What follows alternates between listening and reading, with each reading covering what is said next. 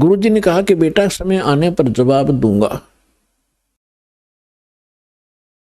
5-10 वर्ष के बाद उन्होंने क्या देखा, एक हाथी का बच्चा उछल कूद मचा रहा था और 2 वृक्षों के बीच में फंस गया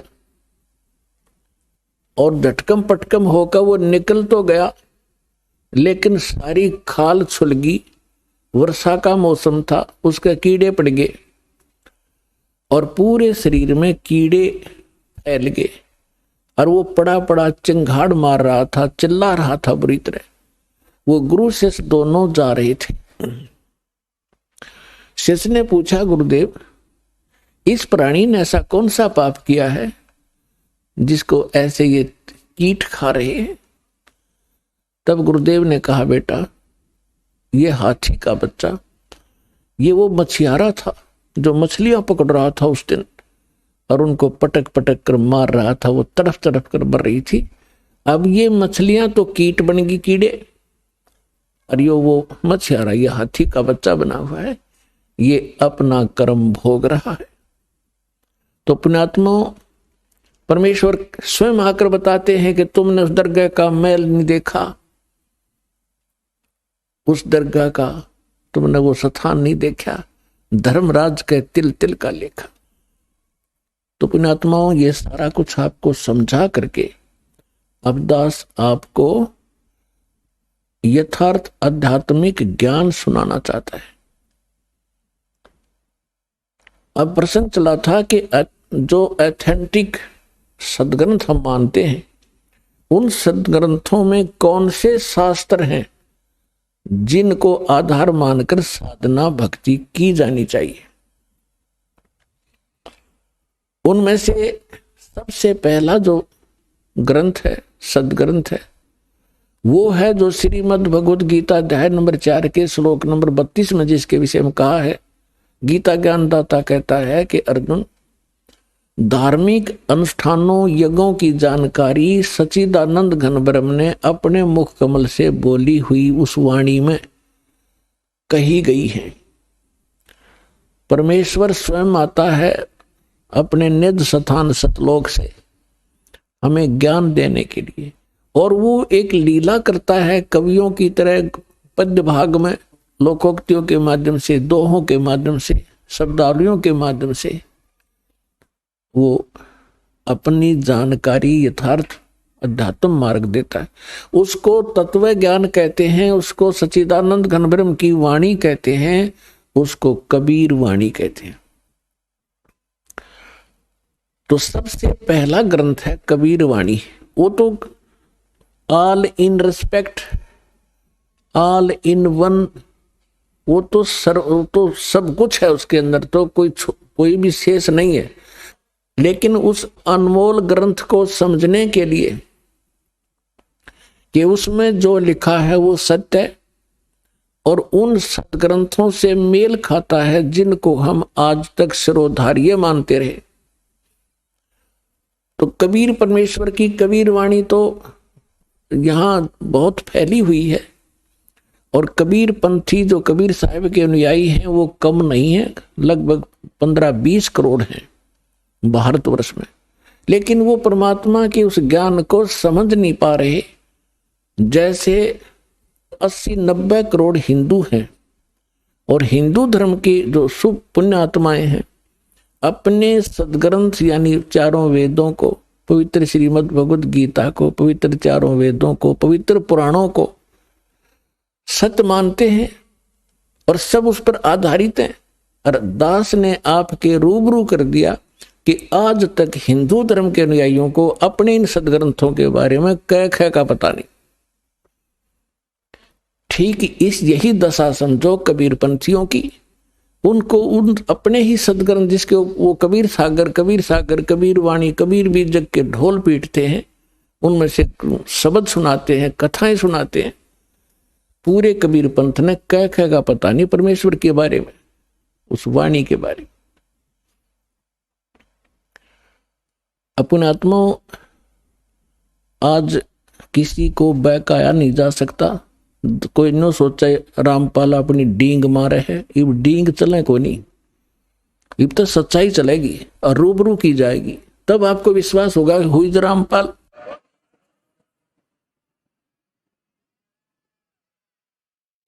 तब आपको विश्वास होगा कि हुई रामपाल, कौन है ये रामपाल। जैसे परमात्मा आए थे, उसको एक धानक जुलाहा और एक गरीब आदमी समझ के कवि गीत गाता फिरे, ऐसे बकवास करके उसको रिजेक्ट कर दिया था, वो समय चला गया। हमारे विरोधियों ने ये सारी चाल चाल ली अपनी कि रामपाल तो क्या जाने संस्कृत के बारे में, हिंदी भी ना पढ़नी आती, सब कुछ पढ़ कर दे दिया, चारों वेद पढ़ के सुना दिए, गीता सुन दिखा दी तुम्हारे सामने यथार्थ अनुवाद करके, और सभी पुराणों का निष्कर्ष निकाल दिया, कुरान शरीफ को आपके रूबरू कर दिया, उसमें वास्तविकता क्या है और वो कहते क्या है उसके अनुयायी, और पवित्र बाइबल को आपके सामने रूबरू कर दिया। बाइबल क्या कहता, परमात्मा मनुष्य दृश्य है, और पूरा ईसाई धर्म कहता गॉड इज फॉर्मलेस। तो खाक पड़ा उन्होंने सदग्रंथों को, क्या समझा उन महापुरुषों की वाणी को, इस ज्ञान को। इस दास पर रजा हुई, और दास इसलिए कहता है क्योंकि परमात्मा स्वयं आए थे, उन्होंने भी बीच बीच में अपनी आइडेंटिटी बतानी पड़ी। हम ही अलख अल्लाह हैं, कुतुब गोस और पीर, गरीब दास खालक धनी, हमरा नाम कबीर। अब परमात्मा को कोई जानता ही नहीं था, तो इसलिए उन्होंने अपनी महिमा आप बतानी पड़ी। ए रामानंद राम हम 52 नरसंगे, गरीबदास कली कली हम ही सर्वंगे, सर्वव्यापक हम ही हैं। और ए स्वामी सृष्टा में सृष्टि हमारे तीरे, दास गरीब अधर बसू में अवगत सत कबीरे। तो परमात्मा ने अपनी महिमा आप पर बतानी पड़ी, इसलिए दास भी ये रह कर कह रहा है कि इस विश्व में इस दास के अतिरिक्त ये यथार्थ ज्ञान नहीं है, और यदि कोई इस दास से प्राप्त ज्ञान और इस मंत्रों को स्वयं आगे प्रचार करता तो अच्छी बात है, लेकिन स्वयं वो संत बनकर ये दान करने लग जाएगा, वो समाज का सबसे बड़ा शत्रु होगा, और वो अब घने दिन चलेगा नहीं। तो दास आपको ये बताना चाहता है कि हमारे जो यथार्थ सदग्रंथ हैं, तो परमात्मा का जो कबीर वाणी है, कबीर बीजक है, कबीर सागर है, और कबीर शब्दावली है, कबीर दोहे हैं परमात्मा के, ये तो एक नंबर का सदग्रंथ है। इसमें सभी 18 पुराण, 11 उपनिषद, 6 शास्त्र और श्रीमद् भगवद गीता, और साथ में 4 वेद, इस सभी का समावेश है। लेकिन वो लैंग्वेज ऐसी है जो आम व्यक्ति समझ नहीं सका, क्योंकि अभी तक अध्यात्म मार्ग को जानने की चेष्टा उन्हीं लोगों ने की जो संस्कृत जानते थे, और वो व्याकरण को ही महत्व देते रहे।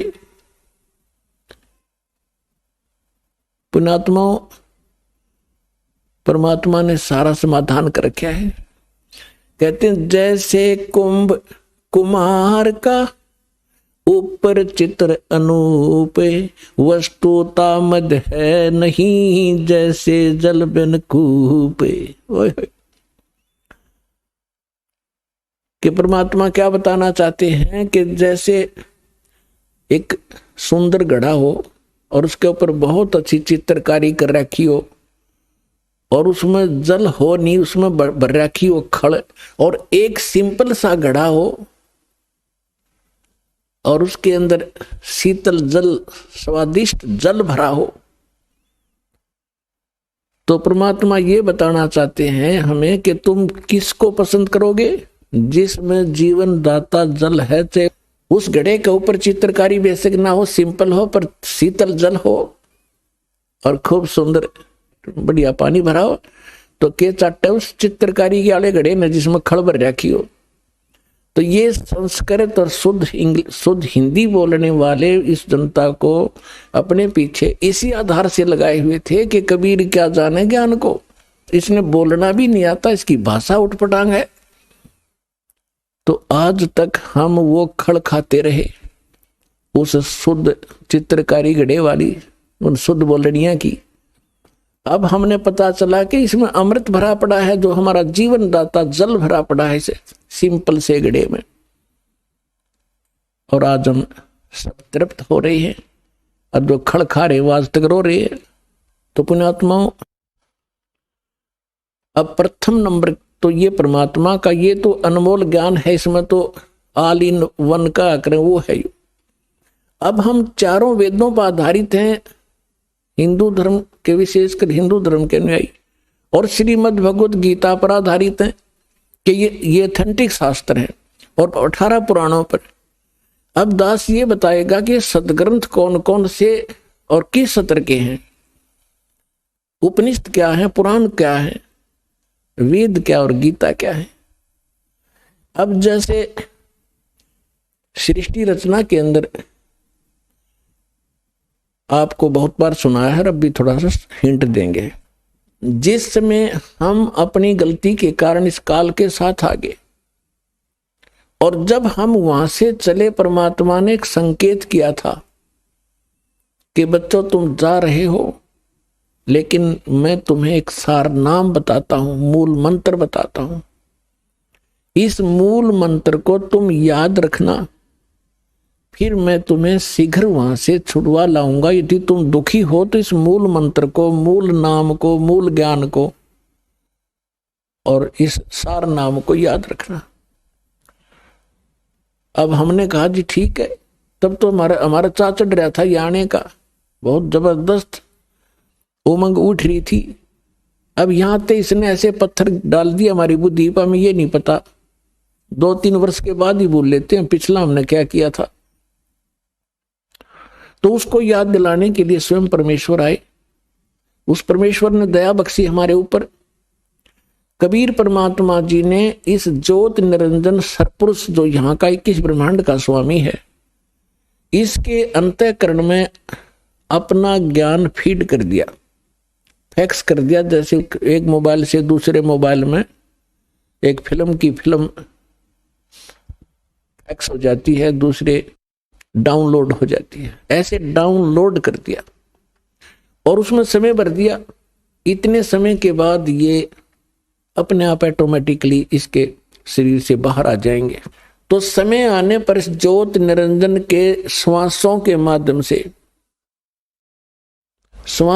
माध्यम से ये चारों वेद निकले और एक अच्छी ट्रे के ऊपर ये विराजमान हो गए। ये पहले पूरा एक ही ग्रंथ था। तो इस काल भगवान ने देखा कि इसमें क्या लिखा, मैं पढ़ूं। अब इसने पहले उस ज्ञान को पढ़ा कि परमात्मा की जानकारी है। जिसमें परमात्मा की विशेष जानकारी थी वो पोर्शन खत्म कर दिया, और भगवान के डर से इसने ये 4 वेद रख लिए, जिसका बाद में इनको 4 वेदों में विभाजित कर दिया गया। और जो मूल ज्ञान था, जो विशेष उसके अंदर डिस्क्रिप्शन था परमात्मा की महिमा का, इसने नष्ट कर दिया, खत्म कर दिया, दबा दिया। उस अक्षति की पूर्ति करने के लिए परमेश्वर को स्वयं आना पड़ता, ये ज्ञान आपको देने के लिए। चारों वेदों का ज्ञान इनकम्प्लीट है, श्रीमद् भगवत गीता का ज्ञान इनकम्प्लीट है, और पुराणों का ज्ञान तो इनकम्प्लीट है ही है, क्योंकि वो तो उसका ज्ञान दाता ही अन्य है। तो चारों वेद गॉड गिवन है, परमेश्वर कबीर जी के द्वारा दिए गए ग्रंथ हैं। उनमें से भले ही कुछ अंश निकाल दिया गया हो, फिर भी उस परमात्मा की महिमा बहुत सारी है। लेकिन वेदों में वो मंत्र नहीं है जिससे मोक्ष हो सकता है, ना ही श्रीमद् भगवत गीता में। इन वेदों में ज्ञान परमात्मा की महिमा का कलम तोड़ है, और परमेश्वर कबीर जी ने अपनी प्यारी आत्मा धर्मदास जी को ये ज्ञान समझाया था, सतलोक दिखाया था। उससे पहले वो धर्मदास जी श्री विष्णु जी का कट्टर उपासक था। जैसे हम हिंदू धर्म के अंदर जन्मे सभी प्राणी श्री ब्रह्मा जी, श्री विष्णु जी को, श्री शंकर जी को, विष्णु जी को के भी हम अगर इष्ट मानते थे तो शंकर जी को समांतर आदर देते थे और उनका भी एकादा मंत्र साथ जपया करते थे। ऐसे ही वो था। जब उसकी बुद्धि मालिक ने सेट की, सचखंड लेकर गए सतलोक में, फिर उसको वापस छोड़ा, तब उसको पता चला कि सचमुच परमात्मा तो कोई और है और हम ब्रह्मा विष्णु महेश को परमात्मा मानते थे। और हमारे धर्मगुरु ये कहा करते कि वेदों में ये तीनों देवता सुप्रीम पावर है, इनकी कोई माता नहीं, कोई पिता नहीं, पुराणों में ऐसा ही है। और गीता का भी रेफरेंस देकर श्री कृष्ण जी को सुप्रीम पावर बताया करते थे। तो धर्मदास जी ने कहा कि हे भगवान, ये तो मैंने आंखों देख, धर्मदास जी ने कहा कि हे भगवान, मैंने तो आंखों देख लिया आपको, आप ही भगवान और कोई भगवान नहीं है। ब्रह्मा विष्णु महेश पावर नहीं, सुप्रीम पावर नहीं है, परमात्मा नहीं है, ये तो अक्षत्रिय विभागीय अधिकारी हैं। हे परमात्मा, फिर तो ये वेद और कतेब पुराण और ये सब झूठे हैं। परमात्मा ने कहा वेद कतेब झूठे नहीं भाई, झूठे हैं जो इनको समझे नहीं। झूठे तो वो है जो इनको समझ नहीं सके। ये बिल्कुल एक नंबर का ज्ञान है इनके अंदर, वेद और कतेबों में। और फिर परमेश्वर ने कहा कि वेद मेरा भेद है, मैं ना मिलूं वेदन के माही, और जौन वेद से मैं मिलूं ये वेद जानते नहीं। परमात्मा ने कहा था ये चारों वेद मेरी महिमा का गुणगान करते। कबीर देव, कबीर देव, कबीर साहब, इसमें सैकड़ों स्थान पर, हजारों स्थानों पर लिखा है। और ब्रह्मा विष्णु महेश भगवान नहीं है, ये शिव पुराण के अंदर लिखा हुआ है। तो ये जिन्होंने इन वेदों और कतेबों को, पुराणों को समझा नहीं, वो लोग नकली थे, झूठे थे, उन्हें ज्ञान नहीं था। वेद कतेब झूठे ना भाई, झूठे हैं जो समझे नहीं। अब जो दास आपको आज निर्णय करने जा रहा है कि कौन से ग्रंथ हैं जिनको हम शास्त्र माने कि उनके अनुसार साधना करने से मोक्ष होगा, वो शास्त्र अनुकूल साधना है। इनमें से परमात्मा की वाणी तो है ही, उसको तो हम बाद में लेंगे, पहले इन वेद और गीता को और इन पुराणों को लेते हैं। क्योंकि आज पूरा मानव हिंदू समाज इन्हीं सदग्रंथों पर आधारित है। और जब उनको ये ज्ञान होगा कि ये सदग्रंथ क्या बता रहे, और फिर उसको रूबरू किया जाएगा, परमात्मा ने 600 वर्ष पहले आकर बताई थी वही बातें अपनी सिंपल उस बिना चित्रकारी वाले घड़े में अमृत भर के गए थे वो, तब हम पहचानेंगे, इस खड़ने छोड़ देंगे और वो जल लेंगे, ग्रहण करेंगे जो हमारा जीवन दाता है। तो पहले हम वेदों को और गीता जी को इसको निर्णय करते। ये वेद आपको बता दिया गॉड गिवन है, ये स्पिरिचुअल नॉलेज है, ये वो शास्त्र है जिसके अनुसार हमने साधना करनी चाहिए। लेकिन ये इनकम्प्लीट है, इनमें कंप्लीट स्पिरिचुअल नॉलेज नहीं है। उदाहरण के लिए दास बताता है, अब चारों वेदों का ज्ञान ही श्रीमद् भगवत गीता है। इसमें गीता ज्ञान दाता ये ब्रह्म है और वेद ज्ञान उसको डायरेक्ट मिला हुआ है। उसमें जो लिखा है वो परमात्मा ने ही लिखा है, जो कुछ भी उसमें लिखा है भगवान ने लिखकर भेजा है। जो कुछ की तरफ का रोल है वो भी मालिक ने लिखा है, इसमें भेजा है इसके पास। अब इसमें श्रीमद् भगवत गीता में इसने अपना मत अड़ाया है कुछ, जो युद्ध करवाने के लिए, और वो वेदों से मेल नहीं खाता है तो वो रिजेक्टेड है, वो हमें मान्य नहीं है। श्रीमद् भगवत गीता में जहां पर ये कहता है अर्जुन ये मेरा मत है, यानी वो वेद ज्ञान नहीं है, इसका अपना मत है। और वो मत अगर वेद से मिलता है तो ठीक है, वेद के विपरीत है तो वो ठीक नहीं है। तो श्रीमद् भगवत गीता और पवित्र चारों वेद, पवित्र श्रीमद् भगवत गीता, ये एथेंटिक रिकॉर्ड वो शास्त्र हैं जिनके अनुसार हम साधना करेंगे। और ये गॉड गिवन है। अब बात रही उपनिषद और पुराणों की। उपनिषद क्या है? उपनिषद है किसी ऋषि का अपना अनुभव, जैसा उसने भगवान को जाना, वेदों को पढ़ा और फिर अपने डले ढोए अभ्यास समाधि समुद्धि लगाई, उसने जैसा अनुभव हुआ उसने उसमें लिख दिया। वो उसी के नाम से, जैसे मंडूक्य उपनिषद है, मांडुक्य नामक एक ऋषि था, उसका अनुभव उसमें जो लिखा है। और उस उपनिषद में यदि वेद के विरुद्ध ज्ञान है तो वो रिजेक्टेड है, और वेद के अनुकूल है तो वेद वाला है, उसका क्या, वो कहां से लाया फिर? वो तो वेद के अंदर विद्यमान ही है। अब बात आती है पुराणों की। ये पुराण क्या है?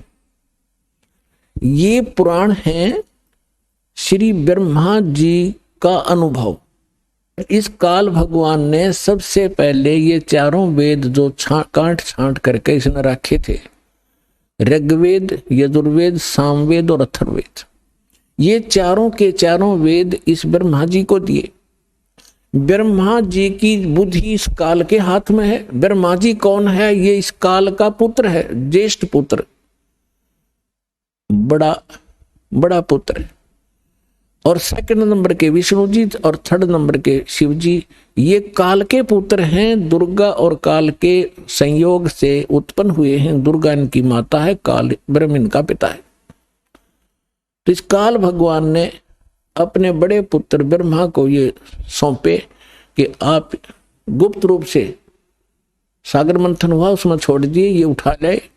मां ने कह दिया बेटा तू पढ़ ले, तू बड़ा है, ये तेरा काम है, इस ग्रंथों को समझ और समझा। तो उसने वेदों को जैसा समझा, उसने आगे पुराणों में वो अनुभव बोल दिया। ये पुराण एक ज्ञान है, इसको 18 विभागों में बांट दिया गया। कैसे बांट दिया? जैसे दक्ष आदि ऋषियों को ब्रह्मा ने ज्ञान दिया, उन्होंने आगे अन्य ऋषि अपने वंशजों को सुनाया, कुछ ब्रह्मा जी से प्राप्त, कुछ अपना अनुभव। आगे चलते चलते उसी ज्ञान को जो ब्रह्मा जी ने ज्ञान दिया था वो तो है ही सभी में, लेकिन प्रत्येक राइटर ने, प्रत्येक वक्ता ने अपना अपना अनुभव उसमें मिलाना शुरू कर दिया। तो ये जो ब्रह्मा जी का दिया हुआ अनुभव है, वेदों को जैसा उन्हें समझा है, तो वेदों से इन ऋषि महर्षियों ने एक ओम नाम प्राप्त कर लिया और उस ओम नाम को पूर्ण परमात्मा का मान लिया। जबकि यजुर्वेद अध्याय नंबर 40 के मंत्र नंबर 10 में स्पष्ट किया है कि कोई तो परमात्मा को संभवात कहता है। संभवात माने जन्म लेकर श्री राम और कृष्ण के रूप में अवतरित होता, जन्म लेता है, साकार। और कोई उसको असंभवात कहता है, यानी वो जन्म ही नहीं लेता, निराकार है। उसमें लिखा है कि वो परमात्मा कैसा है, जन्म लेता है या नहीं लेता है, वो तत्वदर्शी संत बताते हैं, उनसे सुनो। तो इससे सिद्ध हो गया कि वेद ज्ञान भी इनकम्प्लीट है, कंप्लीट नहीं है। अब इन ऋषियों की बुद्धि पर यहां पत्थर पड़ गया कि उसमें यह स्पष्ट किया है कि वो वास्तविक ज्ञान तो इनसे हटकर है। श्रीमद् भागवत गीता के अंदर अध्याय नंबर 4 के श्लोक नंबर 32 और 34 में स्पष्ट किया है गीता ज्ञानदाता ने, ब्रह्म ने, कि परमेश्वर अपने मुख कमल से जो ज्ञान देता है उसमें विस्तार के साथ उसकी वाणी में, उनके मुख से निकले हुए वचनों में वो यथार्थ भक्ति मार्ग और धार्मिक यज्ञों की जानकारी, अनुष्ठानों की जानकारी विस्तार से की गई है। वो तत्व ज्ञान है और उस ज्ञान को जानकर तू सर्वथा सभी पापों से मुक्त हो जाएगा। चौथे अध्याय के 34वें श्लोक में कहा कि उस ज्ञान को तत्वदर्शी संतों के पास जाकर समझ, उनको दंडवत प्रणाम करने से, कपट छोड़कर उनकी सेवा करने से, प्रसन्न करने से वो तत्वदर्शी संत तुझे उस तत्व ज्ञान का उपदेश करेंगे। इति सिद्धम कि गीता ज्ञान कंप्लीट नहीं है, इनकम्प्लीट है। और श्रीमद् भगवद गीता के अंदर कौन से मंत्र हैं? आज सुबह के सत्संग में आपको ये निर्णय दिया गया था कि कौन है भगवान, कैसा है परमात्मा, किसने देखा है भगवान, वो रहता कहाँ है भगवान। और फिर अब शाम के सत्संग में आपको ये सिद्ध करना है कि वो परमात्मा, वो उस परमात्मा के पाने वो शास्त्रानुकूल साधना कौन सी है, और वो कौन सी साधना है जिससे भगवान प्राप्ति होती है और किसने की है। आज के सत्संग का ये विषय होगा। और इन 2 सत्संगों में, सुबह और शाम वाले सत्संग को सुनने के बाद आपको कुछ भी जानना शेष नहीं रहेगा, क्योंकि आज बुद्धिमान समाज है, कोई बालक नहीं है। और दास ने भी 10, 11, 15, 12, 13, 14 वर्ष हो गए यही ज्ञान रहकर रटातों को, और सीडी भर के दे रखी है, चिप बना रखी बालका ने, और डूंडा ठा रखा है। तो जो हमारे लिए पहाड़ थे, ये सदग्रंथ गीता और वेद आपके लिए पहली का कायदा बना दिया इस दास ने, परमात्मा कबीर जी की रजा से। क्योंकि टीचर का काम यही होता है, सिलेबस को इस सत्र से डिफाइन करे कि स्टूडेंट समझ सके, विद्यार्थी समझ सके, यही काम होता है टीचर का। लेकिन अभी तक हमें ये आध्यात्मिक गुरु नहीं मिले थे, ये नकली थे, सारे शास्त्र विरुद्ध ज्ञान दिया करते थे। तो अब दास जो बता रहा है कि पवित्र चारों वेद, पवित्र श्रीमद् भगवत गीता और पवित्र परमेश्वर की अमरवाणी, और उन महापुरुषों को जिनको भगवान मिले उनके अमृतवाणी, वो एफिडेविट हैं उस परमात्मा की जानकारी की, वो है शास्त्र। और उनमें और उसके अनुकूल जो साधना करेंगे वो शास्त्र अनुकूल साधना है। और जो पुराण है वो गॉड गिवन नहीं है, वो ब्रह्मा जी के गिवन है। और ब्रह्मा तो एक देवता है, इसको खुद नहीं पता। जब कहता है मैं ब्रह्मा, नारद जी पूछते हैं अपने पिता ब्रह्मा जी से कि आप सृष्टि रचना सुनाइए। ये कहता बेटा नारद, मैं कमल के फूल पर, अपने आप को कमल के फूल पर बैठा पाया, जब मैं सचेत हुआ, होश में आया, मुझे नहीं मालूम मेरा जनक कौन है, मैं कैसे इस अगाध जल के अंदर कमल के फूल पर बैठा हूं। जिस आदमी ने अपनी उत्पत्ति का नहीं पता, वो और खाक ज्ञान देगा औरों को, वो क्या बताएगा भविष्य की और भूत की। अब इन ऋषियों ने ब्रह्मा जी से ज्ञान ग्रहण किया, और वेद के अंदर यजुर्वेद अध्याय नंबर 40 के श्लोक नंबर मंत्र, अध्याय नंबर 40 के मंत्र नंबर 15 में इसमें लिखा है कि ओम कर्तु समर, किलबे समर, कर्तुम समर, वायु अनिलम, अथिदम भस्मांतम शरीरम। जब ये शरीर समाप्त हो तब तक, इस शरीर का अंत होवे तब तक, और उस परमात्मा की भक्ति करती रहनी चाहिए। कैसे करे? ओम कर्तु समर, किलबे समर और कर्तुम समर। ओम नाम का जाप काम करते करते सिमरण करो, और विशेष तप के साथ, कसक के साथ सिमरण करो, और मनुष्य जीवन का मूल कर्तव्य जान के ओम नाम का जाप करो। अब इन्होंने, ऋषियों ने इस मंत्र से ये ले लिया कि ये ओम नाम है उस परम पिता का। वेद कहते हैं वो भगवान, जैसे श्रीमद् भगवत गीता वेदों वाला ज्ञान है, और गीता ज्ञान दाता वही है जो ब्रह्म है, जिसने वेद ज्ञान दाता है। तो इसमें स्पष्ट किया है 18वें अध्याय के 62वें श्लोक में कि अर्जुन तू सर्वभाव से उस परमेश्वर की शरण में जा, उसकी कृपा से तो परम शांति को और सनातन परम धाम को प्राप्त होगा। तो इन हमारे ऋषि में ऋषियों की बुद्धि पर पत्थर पड़ रहा था, आचार्यों शंकराचार्यों के, कि ये भगवान अपने से अन्य किसके बारे में कह रहा है। तो इनको ज्ञान तो था नहीं, गोलमोल कर देते हैं, भगवान अपने बारे में कह रहे हैं और किसके बारे में कह रहे हैं।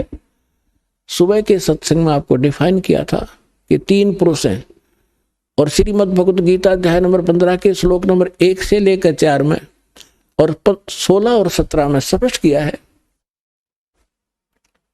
कि ऊपर को जड़ और नीचे को तीनों गुण रूपी शाखा वाला ही लटका हुआ संसार रूपी पीपल का वृक्ष समझो, और तीनों गुण रूपी इसकी शाखा है।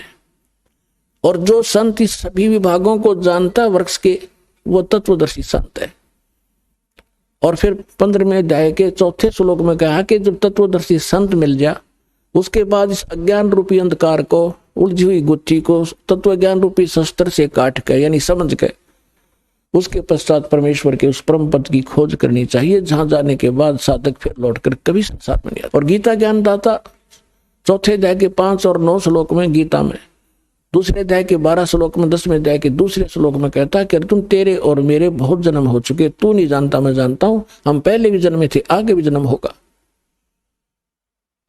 इसलिए वो कहता है कि उसके पश्चात उस परमेश्वर की परम पद की खोज करनी चाहिए जहां जाने के बाद फिर जन्म मृत्यु नहीं होती, और उसके लिए ऑप्शन छोड़ दिया कि तत्वदर्शी संतों की खोज कर, वो बताएंगे उसके पाने का मार्ग। अब श्रीमद् भगवत गीता अध्याय नंबर 8 में आपको पहले भी दिखाया, अब भी दिखाते हैं। 8 के 13 में मंत्र में लिखा है ओम इति एकाक्षरम ब्रह्म विवहारण माम अनुसमरण ये परियाति तजन देहम स याति परमाम गति। मुझ ब्रह्म का केवल एक ओम मंत्र है, और जो इसकी अंतिम सांस तक इस ओम नाम का सिमरण करता हुआ जाता है, तो ओम नाम से मिलने वाली जो परम गति वो प्राप्त हो जाती है। ओम नाम से मिलने वाली परम गति कौन सी है? ब्रह्म, ब्रह्म का मंत्र है, ब्रह्म लोक प्राप्त होता है। गीता अध्याय नंबर 8 के श्लोक नंबर 16 में यह भी स्पष्ट किया है कि ब्रह्म लोक में गए हुए प्राणी भी फिर जन्म मृत्यु में आते हैं। तो वो स्थिर नहीं है, वो परम गति नहीं हुई, वो मोक्ष नहीं हुआ जो गीता अध्याय नंबर 15 के श्लोक नंबर 4 में वर्णित है कि उसके पश्चात परमेश्वर के उस परम पद की खोज करनी चाहिए जहां जाने के बाद फिर लौट कर कभी संसार में नहीं आते। तो आज इस सत्संग में दास आपको ये क्लियर करना चाहेगा कि वो कौन से मंत्र हैं जिनसे मोक्ष होगा, वो शास्त्र अनुकूल साधना कौन सी है। और ये कंसेप्ट जब क्लियर हो जाएगा पुण्यात्मा, तो अपने आप मन को जगह नहीं रहेगी कि तब बकवाद गढ़न की या किसी नकली संत के बीच में बढ़न की। कितनी कोशिश कर लिए आपके हृदय में वो उसका ज्ञान समावेगा नहीं। फिर आप भक्त बनोगे, फिर आप मोक्ष प्राप्ति करोगे, क्योंकि रास्ते में हमारे कोई काल के दूत दिशा चेंज कर देते थे, हम ठीक मार्ग पर चलाए भगवान ने, फिर दिशा बदल दी उन लोगों ने, हम धक्के खाते फिर रहे आज तक। तो दास ऐसा ज्ञान देगा उस गॉड गिवन ज्ञान कबीर भगवान का कि आपके सामने ब्रह्मा विष्णु महेश आ जाएंगे, उनको फेल कर दोगे आप।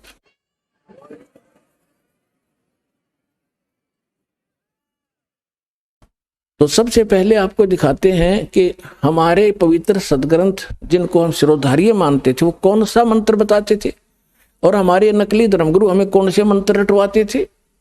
देखिएगा, ये है श्रीमद् भगवत गीता, और गीता प्रेस गोरख से प्रकाशित है, जयदयाल गोविंद का इसके अनुवादक हैं। अध्याय नंबर 8 का श्लोक नंबर 13 आपको दिखाते हैं। ये 8 का 13 नंबर, इसमें है ओम इति, ये ओम शब्द है, यहां इन्होंने अनुवाद भी किया है ओम ओम, ये ऐसा ओम प्रणव मंत्र है। ये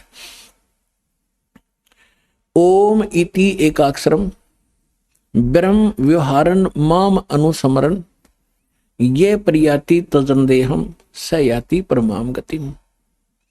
इन्होंने अनुवाद ठीक नहीं करना आया, ये लिखा है जो पुरुष, यहां से शुरू होता है इसका, जो पुरुष ओम ओम इस एक अक्षर रूप ब्रह्म को उच्चारण करता हुआ उसके अर्थ स्वरूप मुझ निर्गुण ब्रह्म का चिंतन करता हुआ शरीर त्याग कर जाता है, वह पुरुष परम गति को प्राप्त होता है। हमने ये लेना है कि ये ओम नाम है इसकी पूरी गीता में, पूरी श्रीमद् भगवत गीता में और कोई मंत्र नहीं है जाप करने का, केवल एक ओम मंत्र है। ये है ब्रह्म का, ये कहता है मुझ ब्रह्म का, ओम इति एकाक्षरम ब्रह्म व्यवहारन माम अनुसमरण ये परियाति तजन देहम स याति परमाम गतिम। ये ब्रह्म बोल रहा है श्री कृष्ण में प्रवेश करके अपने सत्र का ज्ञान तो सही बता रहा है, लेकिन हम भ्रमित थे कि श्री कृष्ण जी बोल रहे हैं। श्री कृष्ण जी को तो पता ही नहीं मैंने गीता में बोला क्या था। अब गीता अध्याय नंबर 17 के श्लोक नंबर 23 में गीता ज्ञानदाता कहता है कि जो वो परमात्मा है, तत्व ब्रह्म है, उसकी भक्ति तत्वदर्शी संत बतावेंगे, उनसे पूछो। और उसका संकेत दिया ओनली। देखिएगा गीता अध्याय नंबर 17 का, और ये श्लोक नंबर हम यहाँ आएंगे 23 पे। इसमें लिखा कि ओम तत्सत इति निर्देश ब्रह्मण तिर्विध समर्थ ब्राह्मणा तेन वेदा च यगा च विहिता पुरा। ये खुद का अनुवाद करते हैं ओम ओम तत् तत् सत सत। ऐसे यह 3 प्रकार का सच्चिदानंद घन ब्रह्म, ब्रह्मण सच्चिदानंद घन ब्रह्म अर्थात परम अक्षर ब्रह्म का नाम कहा है। ये है परम अक्षर ब्रह्म का नाम, और वो है केवल वो ओम मंत्र, वो है केवल ब्रह्म का मंत्र। अब जो दास आपको सिद्ध करना चाहता है कि ये गीता ज्ञान दाता ब्रह्म है, और ब्रह्म का मंत्र है ओम, और ये ब्रह्मा विष्णु महेश का पिता है। और ओम नाम आज तक ये ऋषि महर्षि और दुर्गा इस ओम तक के मंत्र को ही महत्व देते रहे। इनको वो ओम तत्सत मंत्र का ज्ञान नहीं था जिसे मोक्ष होना है। अब ये तो आपको दिखाया श्रीमद् भगवत गीता में। इससे आपको साथ साथ ये भी क्लियर होगा कि दास जो कह रहा है कि वही वेदों वाला ज्ञान श्रीमद् भगवत गीता में है, लेकिन इनमें इनकम्प्लीट नॉलेज है, कंप्लीट नहीं है, लेकिन गलत नहीं है। और जो पुराण है उपनिषद है वो ज्ञान यदि इन दोनों शास्त्रों से मेल नहीं खाता है तो वो नकली है, झूठा है, वो शास्त्र विरुद्ध ज्ञान है। जैसे राधे राधे श्याम मिला दे, हरे कृष्ण हरे राम, ओम नमः शिवाय, ओम भगवते वासुदेव नमः, हरे एम नमः, हरिम रम, इस तरह की जो ना उठ पटांग से जो मंत्र इन्होंने जाप करने के लिए हमें दे रखे हैं, ये शास्त्र विरुद्ध है। ये मंत्र नहीं है मोक्ष के। ये मंत्र जो दास आपको बता रहा है, जैसे आपको प्रथम मंत्र दिया जाता है जिसमें सभी कमलों में बैठे ये प्रधान, क्योंकि हम इस शरीर में आके फंस गए, और ये ब्रह्मांड समझो, एक पिंड समझो, एक अंड समझो, ये एक ही है।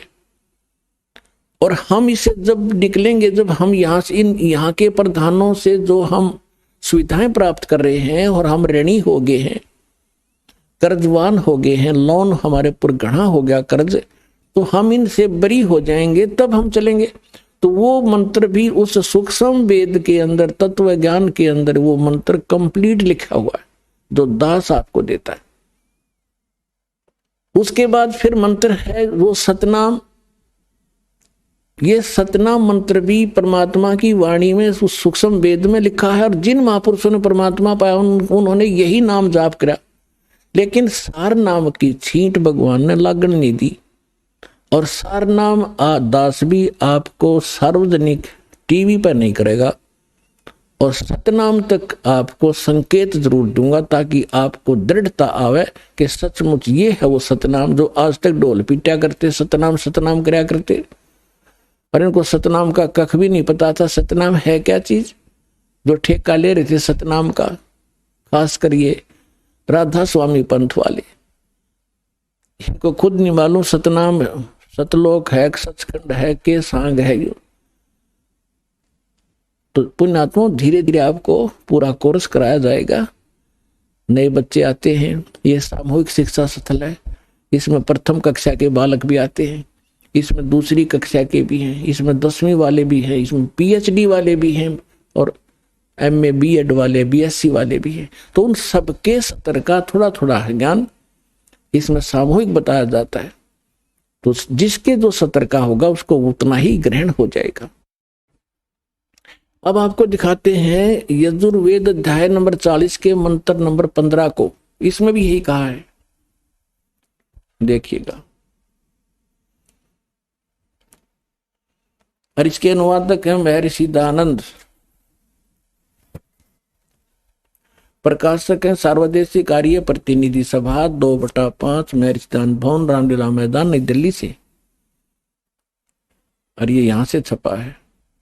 Prints offset printers 1510 Pataudi house Daryaganj Nai Delhi से। अब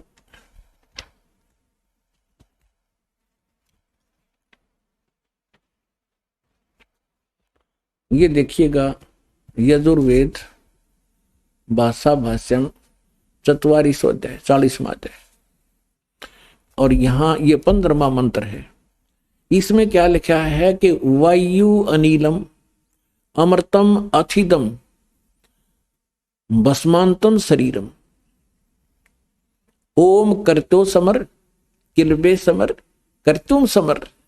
कितना सिंपल मंत्र है। अरिश अनुवाद करता नाड़ी ने मैं ऋषि दानंद ने अड़ंगा कर रखा है। क्या लिखा है? करतो माने हे कर्म करने वाले जीव तू शरीर छूटते समय।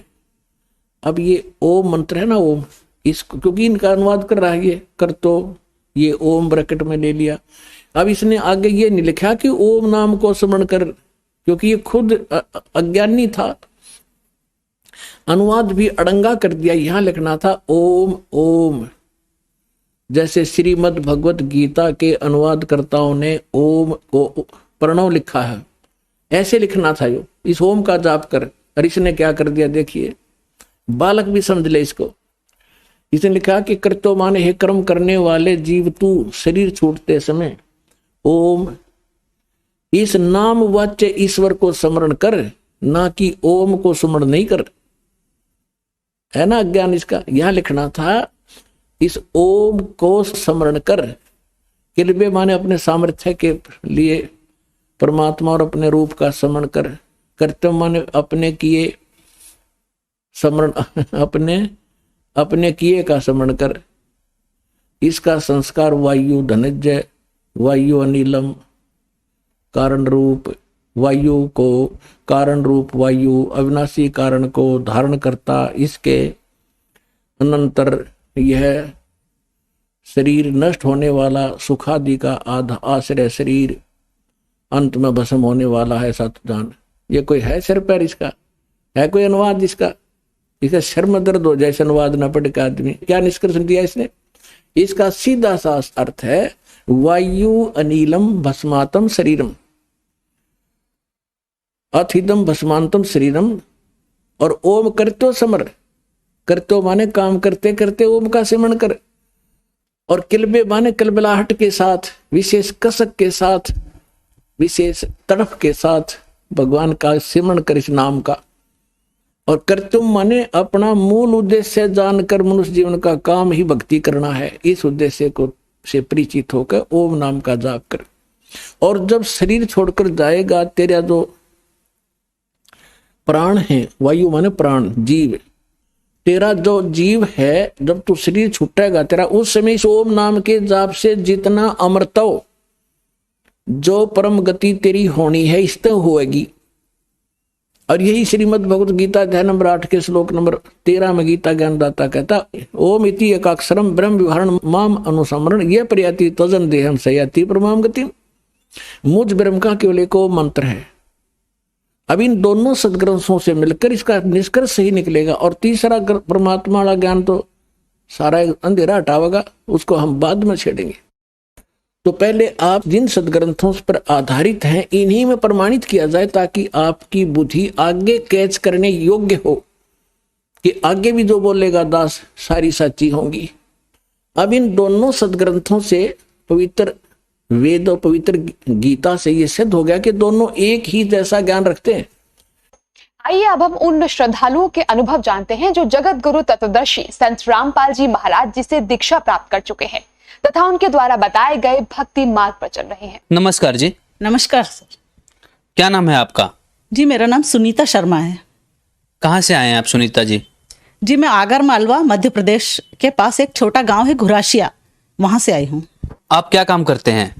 सर मैं एक टीचर हूँ, मैं गवर्नमेंट स्कूल अरनी में पढ़ाती हूँ। संत रामपाल जी महाराज जी से नाम दीक्षा लेने से पहले आप क्या भक्ति साधना करते थे? मैं कृष्ण की भक्ति करती थी।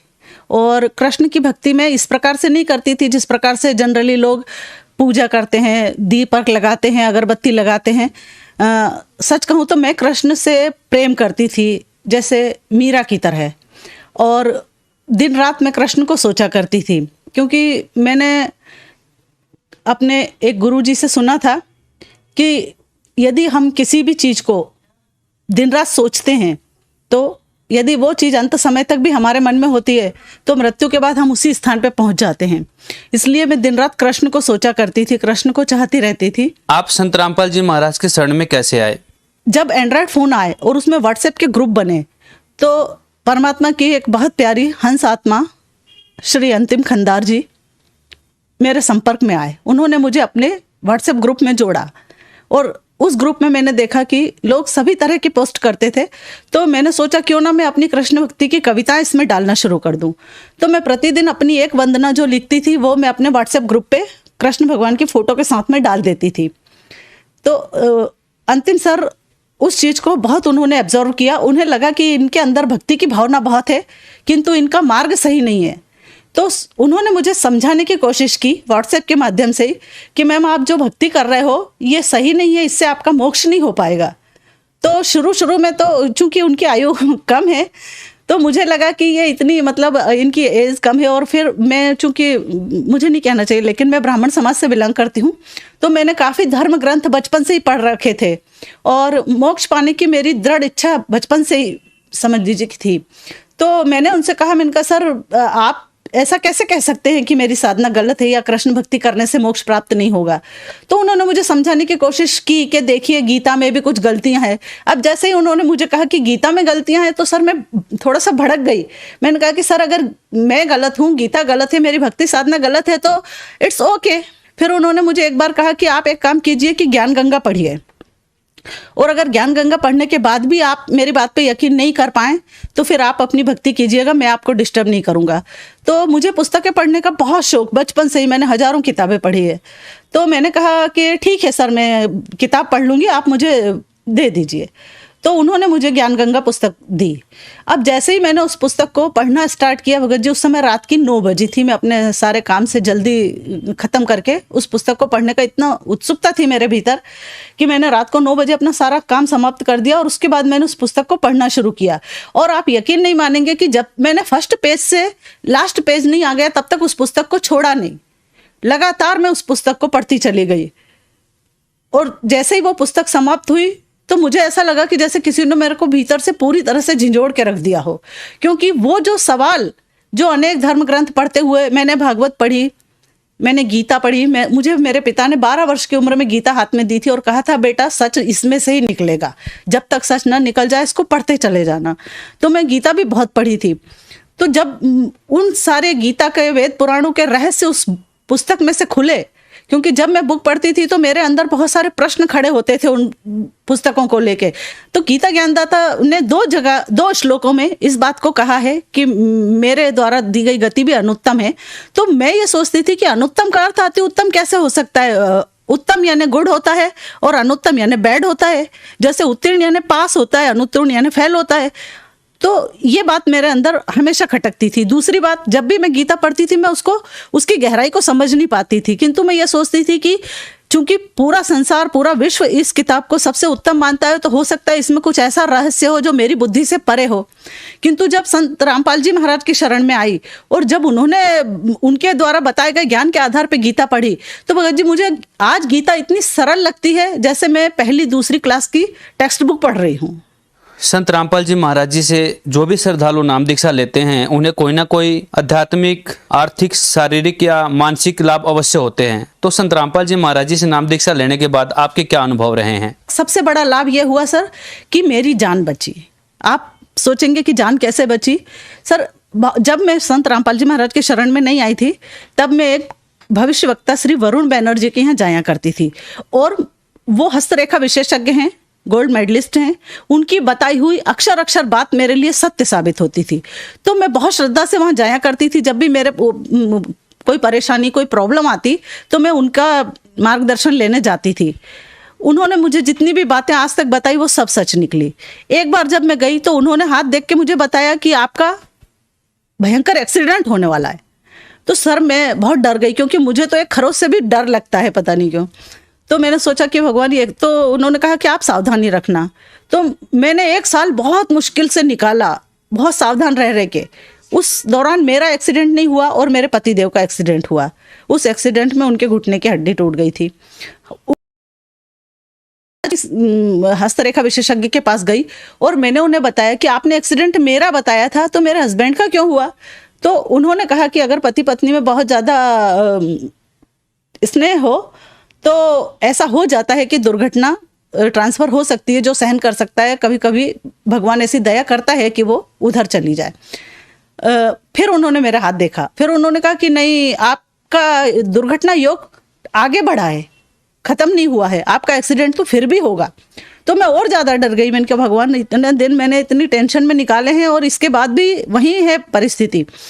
तो इसके बाद ऐसी कृपा हुई कि मैं संत रामपाल जी महाराज की शरण ग्रहण कर चुकी थी और मुझे प्रथम नाम मिला था। प्रथम नाम मिले बहुत अधिक दिन भी नहीं हुए थे। एक जगह भक्त मिलन समारोह सत्संग का आयोजन किया गया, तो मैं वहां जा रही थी। जनरली मैं कभी अकेले नहीं जाती, लेकिन उस दिन ऐसा योग लगा कि मुझे बस से जाना पड़ा और अकेले जाना पड़ा। तो जब मैं जा रही थी तो बस वाले ने एक स्थान पे काफ़ी लेट उस बस को कर दिया और फिर उस टाइम को कवर करने के लिए वो फुल स्पीड से बस को चला रहा था। और मैं उस बस में बैठ के तो मैं अपने नाम स्मरण करने लग गई, परमात्मा मंत्र का जाप करने लग गई।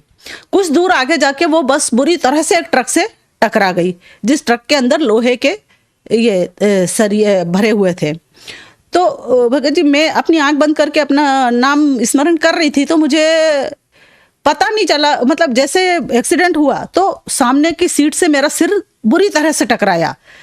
तो मैंने सोचा कि ये क्या हुआ। मैं सीधी हुई, मैंने आंख खोली और सबसे पहले मैंने अपने माथे पे से हाथ फेर के देखा। मैंने कहा इतनी जोर से टकराई तो मुझे यहाँ दर्द क्यों नहीं हो रहा है? होना चाहिए, मतलब स्वाभाविक है कि हमारा सिर टकराएगा तो दर्द होना चाहिए।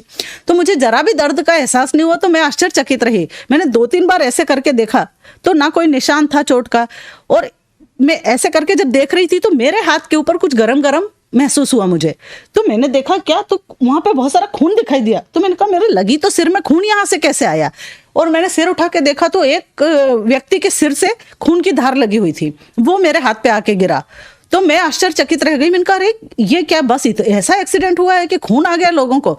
और जब मैंने थोड़ा सा अपनी सीट पे से खड़े होके देखा तो पूरी बस के लोग घायल थे, किसी के दांत टूट गए थे, किसी के खून आ रहा था, कोई बेहोश हो रहा था। और यहाँ तक कि उस बस की जो पिछली सीट होती है सबसे लास्ट वाली, वो उखड़ के आगे गिर चुकी थी और उसमें बैठी हुई सारी सवारियां फेंका गई थी।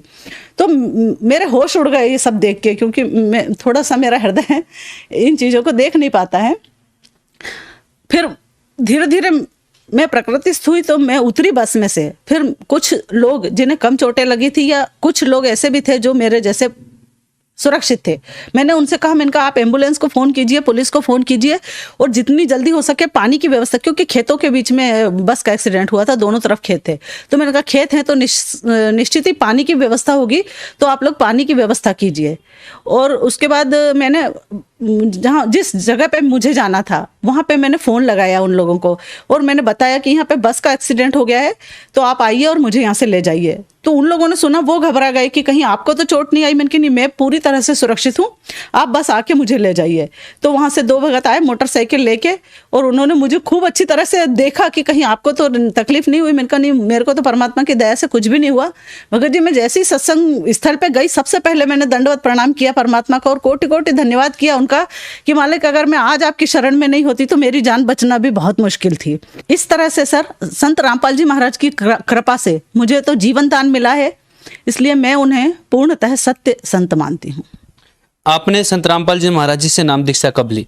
जी, मैंने 23 नवंबर सन 2016 को नाम दीक्षा ली। आपने बताया कि सन 2016 में आपने संत रामपाल जी महाराज जी से नाम दीक्षा ली, जबकि संत रामपाल जी महाराज सन 2014 नवंबर से जेल में हैं। तो आपको ऐसा नहीं लगा कि आप एक ऐसे संत के शरण में जा रहे हैं जो कि जेल में थे? कोई जरूरी नहीं है कि हमेशा दोषी ही जेल में जाते हैं। हमारा तो इतिहास गवाह है, जो सत्य के मार्ग पे चला है, सबसे ज्यादा मुसीबत है तो उन्हीं को आई है। राम, कृष्ण, ईसा, सुकरात, कितने सारे नाम हैं जिनको हम याद कर सकते हैं। तो सर, इस बात से मुझे कोई फर्क नहीं पड़ता कि किसी सच बोलने वाले को यदि जेल में डाल दिया जाए तो उस सच को कोई दुनिया या जमाना दबा सकेगा, क्योंकि ये मार्ग ऐसा है कि जो इसे एक बार इस ज्ञान को समझ लेगा वो किसी भी हालत में इसे छोड़ के किसी और जगह पे नहीं टिक सकेगा। इसके अलावा अभी जो हम न्यूज़ चैनल देखते हैं तो हाल में संत रामपाल जी महाराज 2 केसों में बाइज्जत बरी हुए। हालांकि मीडिया ने इसे हाईलाइट नहीं किया, क्योंकि मीडिया की एक आदत पड़ चुकी है कि वो उस चीज़ को हाईलाइट करती है जिसमें निंदा रस प्राप्त हो। किंतु मुझे पूरा यकीन है कि जिस तरह से हमारे गुरुदेव 2 केसों में बाइज्जत बरी हुए हैं, ऐसे ही वो सारे केसों में बरी होंगे और ससम्मान बाहर आएंगे।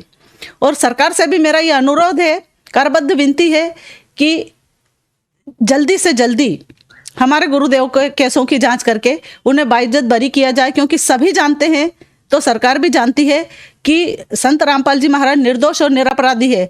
किस कारण से उन्हें जेल में भेजा गया ये भी वो बहुत अच्छी तरह से जानते हैं। तो मेरा सिर्फ यही अनुरोध है कि झूठ अधिक दिन टिक नहीं पाएगा, सत्य का साथ दें और वे अपना भी कल्याण करवाएं और संत रामपाल जी महाराज को जल्दी से जल्दी रिहा करें। बहन जी, आपने बताया कि आप गवर्नमेंट टीचर हैं, आप शिक्षित वर्ग से हैं, लेकिन कुछ लोगों का ये मानना है कि जो श्रद्धालु संत रामपाल जी महाराज से जुड़ते हैं वो अंधभक्ति के तहत जुड़ते हैं। तो बताइए ये बात कहाँ तक सही है? सर, मैंने अनेक संतों की वाणियाँ सुनी हैं, मैं प्रवचन देखने की बहुत शौकीन थी, किंतु मैंने ये रियलाइज़ किया कि आज की स्थिति में सिर्फ और सिर्फ संत रामपाल जी महाराज एक ऐसे संत हैं जो समस्त शास्त्रों से प्रमाणित विधि से भक्ति करवाते हैं। उन्होंने हमें गीता के, वेदों के, पुराणों के, यहाँ तक कि कुरान और बाइबल तक के रहस्य खोल के दिखाए। उन्होंने हमें पहली बार बताया कि वास्तव में परमात्मा कौन है। हम तो ब्रह्मा विष्णु महेश से आगे समझते ही नहीं थे, किंतु पहली बार संत रामपाल जी महाराज ने सृष्टि की शुरुआत जहाँ से हुई है वहाँ से हमें समझाया। और वो एक ऐसी मिसिंग लिंक थी हमारे आध्यात्म जगत में कि जिसके खुलते ही सारी बातें क्लियर हो गई है। जो भी इस बात को समझ जाएगा वो 1 मिनट की देरी किए बिना संत रामपाल जी महाराज की शरण ग्रहण करेगा। जो श्रद्धालु आपको देख रहे हैं वो भी किसी न किसी संत से अवश्य जुड़े हुए हैं, उन्हें आप क्या संदेश देना चाहेंगे? संत रामपाल जी महाराज जो भक्ति की विधि बता रहे हैं और जो मंत्र बता रहे हैं, ये मंत्र वेदोक्त हैं और मैंने स्वयं वेदों में मिला के देखा है। और इतना प्रमाणित ज्ञान मैंने सारे ग्रंथ खुद पढ़े, एक एक लाइन मैंने मिलाई है कि लिखी है कि नहीं लिखी है। और इसके बाद पूर्णतः दृढ़ता प्राप्त होने के बाद मैं इस भक्ति मार्ग में आई हूँ। संत रामपाल जी महाराज से मैंने शरण ग्रहण की है। और मेरा आप लोगों से विनम्र अनुरोध है कि इस मानव जीवन जो 84 लाख योनियों के बाद बड़ी मुश्किल से प्राप्त होता है, इसका एक क्षण भी मत बिगाड़िए, क्योंकि कहा गया है कि श्वासा खाली जात है 3 लोक को मोल। तो ये इतनी महंगी श्वासों को यदि हम इस प्रकार से व्यर्थ करेंगे तो बहुत मुश्किल है कि फिर से मानव जीवन मिल जाए। तो मेरा आप सबसे हाथ जोड़ के यही विनती है कि जितनी जल्दी हो सके आप सच्चे गुरु की शरण में आइए, सच्चे मंत्रों को प्राप्त कीजिए, प्रत्यक्ष अनुभव कीजिए और अपने मानव जीवन का कल्याण करवाइए। संत रामपाल जी महाराज जी से नाम दीक्षा कैसे ले सकते हैं? आज अनेक चैनलों पर संत रामपाल जी महाराज का प्रवचन आता है। उन प्रवचन के दौरान उसके नीचे एक पट्टी आती है, उसमें सतलोक आश्रम के नंबर प्रसारित किए जाते हैं। आप उन नंबरों पर संपर्क करके वहाँ के भक्तों से बात करके अपने नज़दीकी नामदान सेंटर का पता जान सकते हैं और वहाँ जाकर नाम दीक्षा प्राप्त कर सकते हैं। धन्यवाद जी। धन्यवाद। हो गया कि दोनों एक ही जैसा ज्ञान रखते हैं। अब इसमें थोड़ा सा 40वें अध्याय का 10वां मंत्र और दिखाता हूँ आपको। ये देखिएगा, ये 40वें अध्याय का और ये मंत्र है 10वां। इसमें क्या लिखा है? हे मनुष्य, जैसे धीराणाम मेधावी योगी विद्वानों से, धीराणाम माने तत्वदर्शी संतों से जो वचन सुनते हैं, ये वेद ज्ञानदाता कह रहा है, जैसे गीता में कह रहा हुआ है जो का तुम। और वे जो लोग हमारे लिए विचक्षरे माने विस्तार पूर्व कहते हैं, जो वे लोग संभवात माने संयोग जन्य कार्यों से, असंभवात माने उत्पन्न नहीं होने वाले कारण से। ये तो अटपट कर रहा था, इतना तो भांग का टूटा मार के और बैठ जाता, जो एंड बेंड लिख अनुवाद कर दिया। मैं ऋषि मान्य रहे थे इसने। अब इसमें संभवात माने उत्पन्न होना, ये स्पष्ट है इन्हीं के शब्दों में।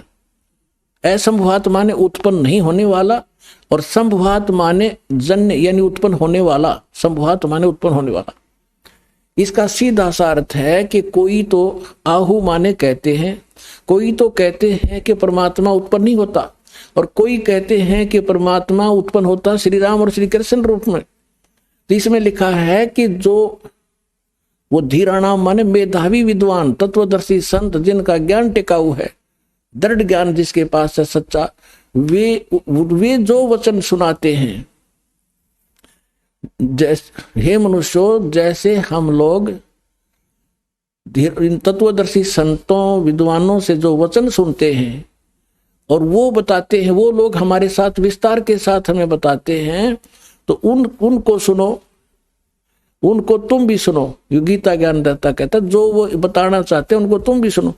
ऐसे से है कि वेद में कंप्लीट ज्ञान नहीं है, जैसे गीता का ज्ञान है वैसा ये गीता अध्याय नंबर 4 के श्लोक नंबर 34 में कहा कि उस तत्व ज्ञान को जो सच्चिदानंद गण अपने मुख से बोलते हैं, वो तत्व ज्ञान है, उसको तत्वदर्शी संतों के पास जाकर समझ। देखिएगा, अब श्रीमद् भगवत गीता उठा ली हमने,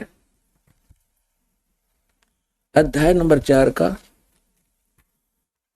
और श्लोक नंबर 32 आपको दिखाते हैं।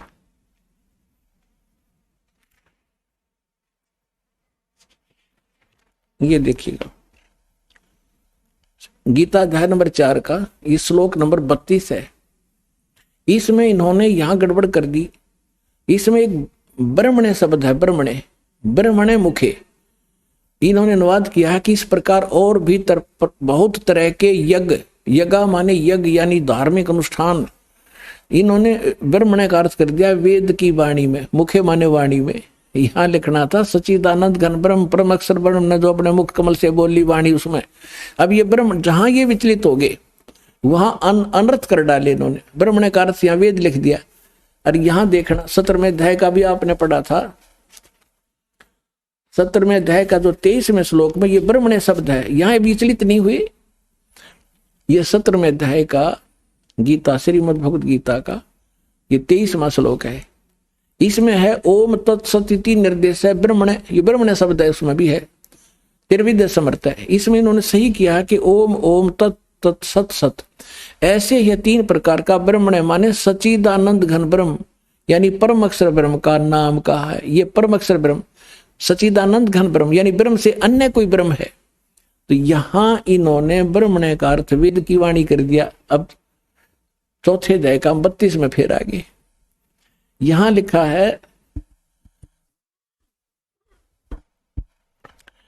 कि इस प्रकार और भी बहुत तरह के यज्ञ, यज्ञ माने धार्मिक अनुष्ठान, सच्चिदानंद घन ब्रह्म की वाणी, मुखे माने उसने अपने मुख कमल से बोली उस वाणी में विस्तार से कहे गए हैं। उन सब को तू कर्म जान यानी काम करते करते, हठ योग से नहीं। जैसे अभी आपने यजुर्वेद अध्याय नंबर 40 के मंत्र 15 में पढ़ा, ओम करतु समर किलबे समर और करतुम समर। सूक्ष्म वेद में लिखा है नाम बैठत नाम उठत नाम सोवत जागवे, नाम खाते नाम पीते नाम सेती लागवे। यानी काम करते करते सिमरण कर, चलते फिरते सिमरण कर, भगवान को भूलना मत, जब भी समय मिले उसी समय उसको याद कर। गीता अध्याय नंबर 8 के श्लोक नंबर 5 और 7 में गीता ज्ञानदाता भी कहता है कि अर्जुन यदि मेरी भक्ति करनी है तो युद्ध भी कर और मेरा सिमरण भी कर। यानी युद्ध से कठिन काम नहीं होता, उसमें भी सिमरण करना। और ये हठ योग और जंगल में जा बैठना, खड़े होकर तब करना, ये कहां से लाए? ये शास्त्र विरुद्ध साधना थी। अब इसमें क्या लिखा है कि वो जो ज्ञान है, जो सच्चिदानंद घन ब्रह्म अपने मुख कमल से जो वाणी बोलता है, कबीर वाणी, उसमें विस्तार से कही गई है, वो तत्व ज्ञान है। अब चौथे अध्याय के 34वें श्लोक में देखो,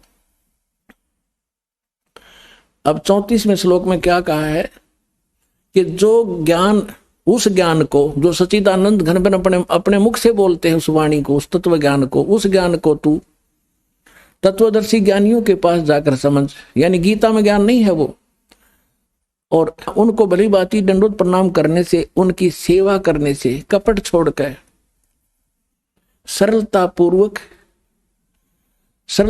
प्रश्न करने से वे परमात्म तत्व को भली भांति जानने वाले, यानी गीता ज्ञानदाता से अन्य कोई परमात्म तत्व है। परमात्म तत्व को भली भांति जानने वाले तत्वदर्शी संत, यानी तत्वदर्शी संत, तत्वदर्शी न, वो ज्ञानी महात्मा तुझे तत्व ज्ञान का उपदेश करेंगे। इति सिद्धम के गीता के अंदर वो तत्व ज्ञान नहीं है। और ये ओम नाम ब्रह्म का है, ओम के जाप से क्या उपलब्धि होती है, कौन सी परम गति होती है। अभी इसके साथ साथ ये भी निष्कर्ष निकालेंगे कि ब्रह्मा विष्णु ये महेश ये भगवान नहीं है, ये ईश नहीं है। हमारे सदग्रंथों में लिखा, देखिएगा ये शिव महापुराण, इसमें संस्कृत भी साथ है, प्रथम भाग। ये कहां से छपा है? श्री शिव महापुराण विद्यावृद्धि पंडित ज्वाला प्रसाद जी मिश्रकृत, हिंदी टीका सहित, खेमरा श्री कृष्णदास प्रकाशन, मुंबई। अब आपको थोड़ा वर्बली समझाता हूं कि एक बार श्री ब्रह्मा जी विष्णु जी के पास चले गए और इन ऋषि महर्षियों ने जो साधनाएं की, हठ योग किए, समाधिस्थ हुए, ये काल भगवान जो इन ब्रह्मा विष्णु महेश का पिता है, इसने प्रतिज्ञा कर रखी है कि मैं अपने ओरिजिनल काल रूप में कभी किसी के समक्ष नहीं आऊंगा। तो ये क्या करता है, जो ये ऋषि लोग समाधि लगाया करते, हठ योगी ने सीख रखा था, डले डाउन की आदत थी, तो किसी को ब्रह्मा जी के रूप में दर्शन दे देता। जो ब्रह्मा जी को ये आम ऋषि अपने पास ही देखा करते थे साकार में, किसी को विष्णु जी के रूप में दर्शन दे देता, किसी को शिव जी के रूप में, अपने पुत्रों के रूप में। तो जो साधक था वो ये कहने लग जाते, भाई ये ब्रह्मा जी खुद भगवान है, ये अपने को छुपाए बैठे हैं। इस बात से ब्रह्मा जी फूल गए, अक मैं प्रजापिता हूं।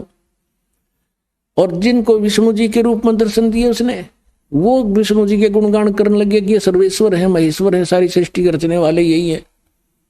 इस बात से विष्णु जी को भ्रम हो गया कि मैं भगवान हूं। और इसी तरह शंकर भगवान की सती थी जानो। अब एक दिन ब्रह्मा जी चले गए विष्णु जी के पास। विष्णु जी अपने सारे नौकर नाकरों के पास आराम से लेटा था। यहां तक बान बढ़ाई भी तो बहुत बुरी है ना। ब्रह्मा जी आए, जब ये खड़े नहीं हुए और न ही सत्कार किया, अक्दे मेरी बेइज्जती हो जाए, विष्णु जी ने सोची। तो ब्रह्मा जी ने कहा कि मैं तेरा बाप आया हूं और तू मुझे देखकर आकड़ पाड़ा है। विष्णु जी बोला कि मैं तेरा बाप हूं, तो मेरी नाभि कमल से उत्पन्न हुआ है। ब्रह्मा जी कहने लगे कि नहीं, सारा संसार मेरे से उत्पन्न हुआ है और मैं सर्वेश्वर हूं, सबका उत्पन्न करता हूं। इस बात पर दोनों का झगड़ा हो गया। फिर ये काल ने इनके बीच में एक लिंग खड़ा कर दिया, तेजों में स्तंभ, बहुत लंबा चौड़ा। ये झगड़ा भूल गए, उसका और छोर खोजन लगे। ये पुराण में लिखा है, विष्णु पुराण। फिर वो खुद आ गया अपने पुत्र शिव जी का रूप बना के, और फिर लग गया इनको ज्ञान देने कि तुम भगवान नहीं हो, अपने आप को भगवान मान बैठे। ये देखिएगा, अब हम इस पुस्तक से आपको क्लियर करेंगे। श्री शिव महापुराण विद्यावृद्धि पंडित ज्वाला प्रसाद जी मिश्रकृत, हिंदी टीका सहित, हेमरा श्री कृष्णदास प्रकाशन, मुंबई। इसके ये देखिएगा, विद्वेश्वर संहिता है ये, 11 पृष्ठ पे विद्वेश्वर संहिता, अध्याय 6, भाग 1। इसमें लिखा है, नंदी केश्वर बोले, जो शंकर भगवान का वाहन है, नंदी केश्वर बोले कि हे योगेंद्र, आगे एक समय विष्णु भगवान शेष सैया पर अपने गरुड़ आदि पार्षदों से संयुक्त लक्ष्मी सहित शयन करते थे, लेटे हुए थे। उस समय ब्रह्म ज्ञानियों में श्रेष्ठ ब्रह्मा जी अपनी इच्छा से वहां आए। सब प्रकार से सुंदर सेज पर शयन करते हुए कमल लोचन विष्णु जी से पूछने लगे, तुम कौन हो जो मुझे देखकर अभिमानी पुरुष के समान शयन करते हो? हे वत्स, हे बेटा। ब्रह्मा जी बोले विष्णु जी से कहने लगे कि हे बेटा उठो, मैं तेरा जनक आया हूं। हे वत्स उठो, देखो मैं तुम्हारा स्वामी आया हूं। आए हुए गुरु को देखकर, गुरु माने बड़े को, जो अभिमान करता है उस द्रोही मूड का प्रायश्चित होना उचित है। यह सुनकर विष्णु जी के अंतर में तक क्रोध हुआ, अंदर तक घना गुस्सा हुआ, पर ऊपर तक शांत, लोग दिखावा शांत रहा, बाहर से शांत रहे और बोले कि वत्स, ए बेटा तुम्हारा मंगल हो। बैठो, इस आसन पर विराजो। इस समय तुम्हारा नेत्र कुटिल और मुख वक्र क्यों हो गया, यानी टेढ़ा मुंह क्यों कर रहा है, टेढ़ी आंख क्यों कर रहा है तू, आजा बैठ जा बेटा।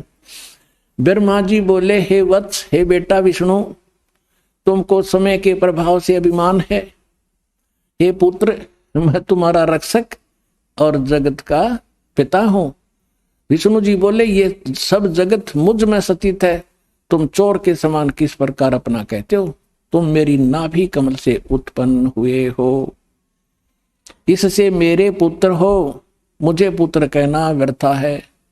अब तो देखो पुण्यात्माओं, ये हमारे आचार्य शंकराचार्य, ये भी हमारे धर्मगुरु, इनकी पूजा करवाया करते। बालका तो भी कमजोर बुद्धि के व्यक्ति है। एक चौथी कक्षा के बच्चे लड़ा कर आपस में, और फिर टीचर उनसे पूछता है क्यों झगड़ रहे थे, इधर आओ। वो उनमें से कहता, जी ये यूं बोला, मैं तेरा बाप है। वो दूसरा कहता, ना जी पहले यूं बोला, अब मैं तेरा बाप है, इसलिए लड़े थे हम, एक दूसरे को नो पकड़ रहे थे। ये हमारे भगवान लड़े आपस में, वो कहे मैं तेरा बाप, वो नो कहे मैं तेरा बाप, तू मेरा बेटा, और फिर इनके बाप ना आके इनका छुटकारा करवाया। अब ये तो प्रसंग आगे ज्यादा ना बताकर, क्योंकि विषय आज थोड़ा सा दूसरा है। अब ये क्या हुआ कि फिर वो काल आ गया इनका पिता इनके बीच में, और उसने आकर फिर इनको समझाया कि तुम भगवान नहीं हो। देखिएगा, और दिखाता हूं थोड़ा, एक झलक और रहेगी थोड़ी सी।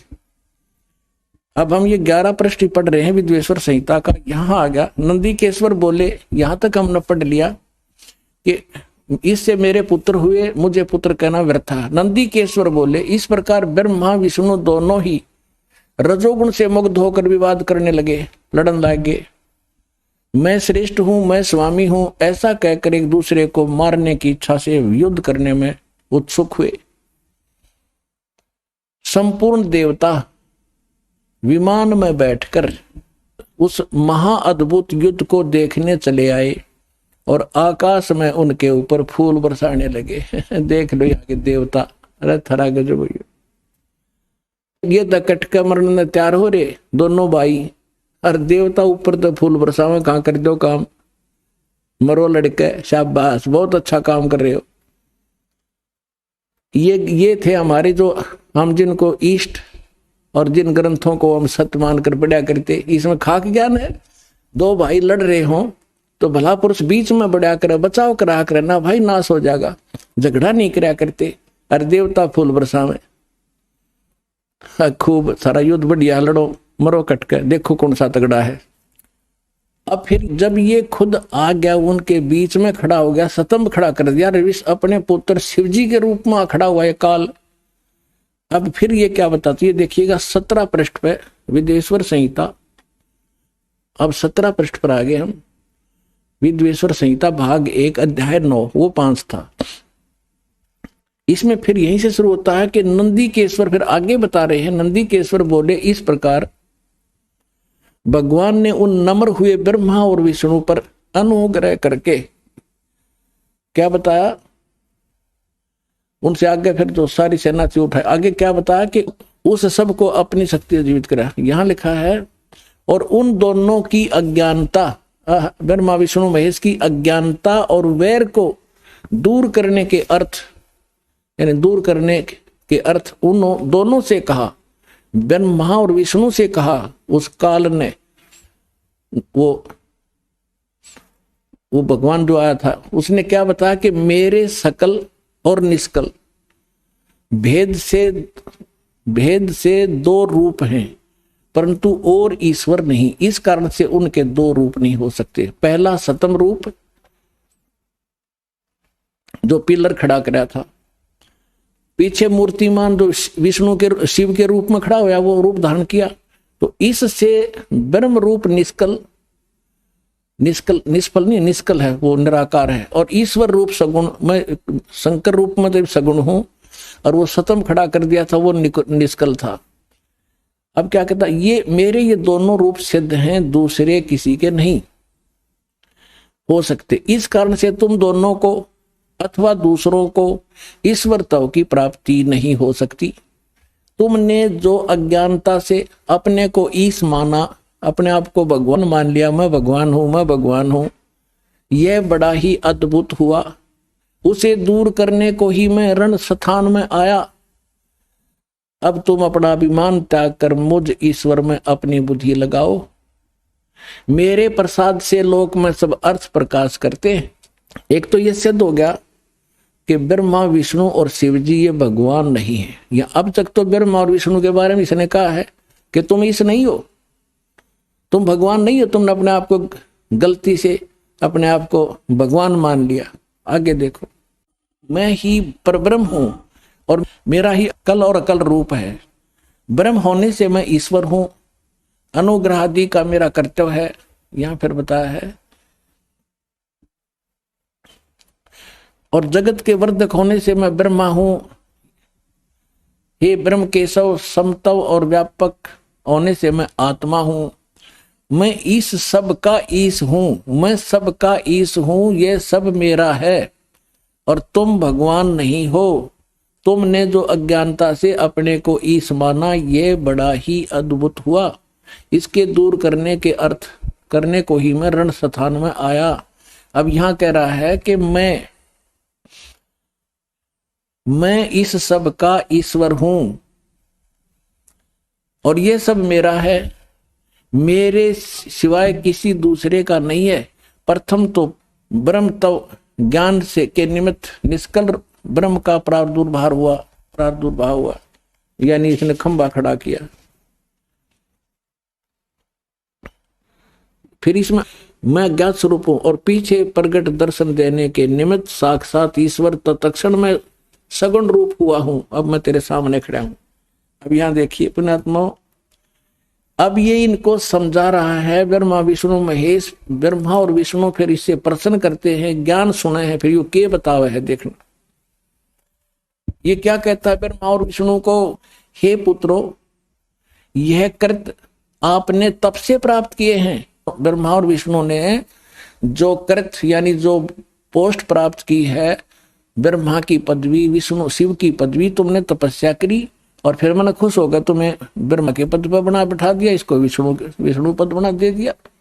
ये देखिए, हे पुत्रो, यह कृत यानी जैसे उत्पत्ति और सतीथि का, ये कृत आपने तब से प्राप्त किए हैं जो कि सृष्टि, उत्पत्ति और पालन कहता है।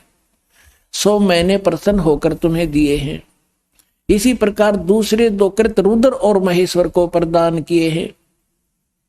अब दो तो ये ब्रह्मा विष्णु महेश, ब्रह्मा और विष्णु हो गए दो पुत्र, और दो ये बता दिया रुद्र और महेश, इनको भी कहते, ये भी चार हो गए। और बोलनी आयु 5 माह है।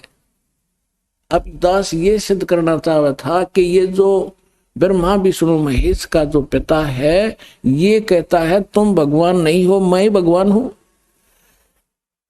और सूक्ष्म वेद में ये कहा है, ये मुल्ला माया मग में बैठी हंसा चुन चुन खाई, ये ज्योत स्वरूपी कहे निरंजन में ही करता भाई। एक न करता दो ना करता नौ ठहराए भाई, 10वां भी धुंधर में मिल जा सत कबीर दुहाई। अब क्या बताया है कि ये तो कह रहा तुम भगवान नहीं हो, मैं करता हूं। और सूक्ष्म वेद में कहा कि निरंजन निश्चय भया, उसको करता मत जान, वो मालिक नहीं है।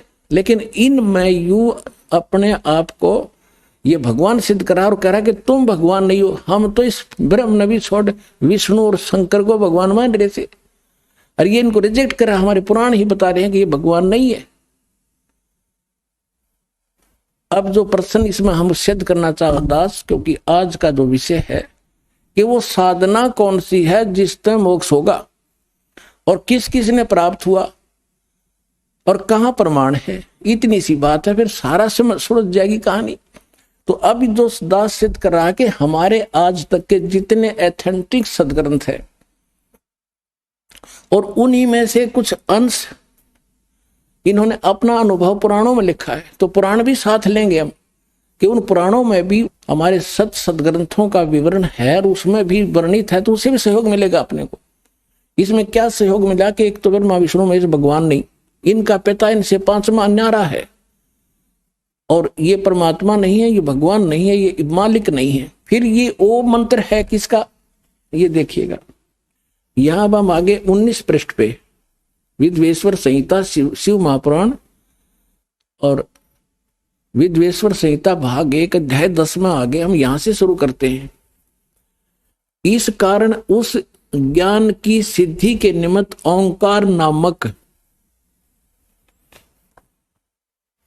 मंत्र जप करो। ब्रह्मा विष्णु महेश को कह रहा है कि तुम ये ओम नाम का जाप करो, यह अभिमान दूर करने वाला है।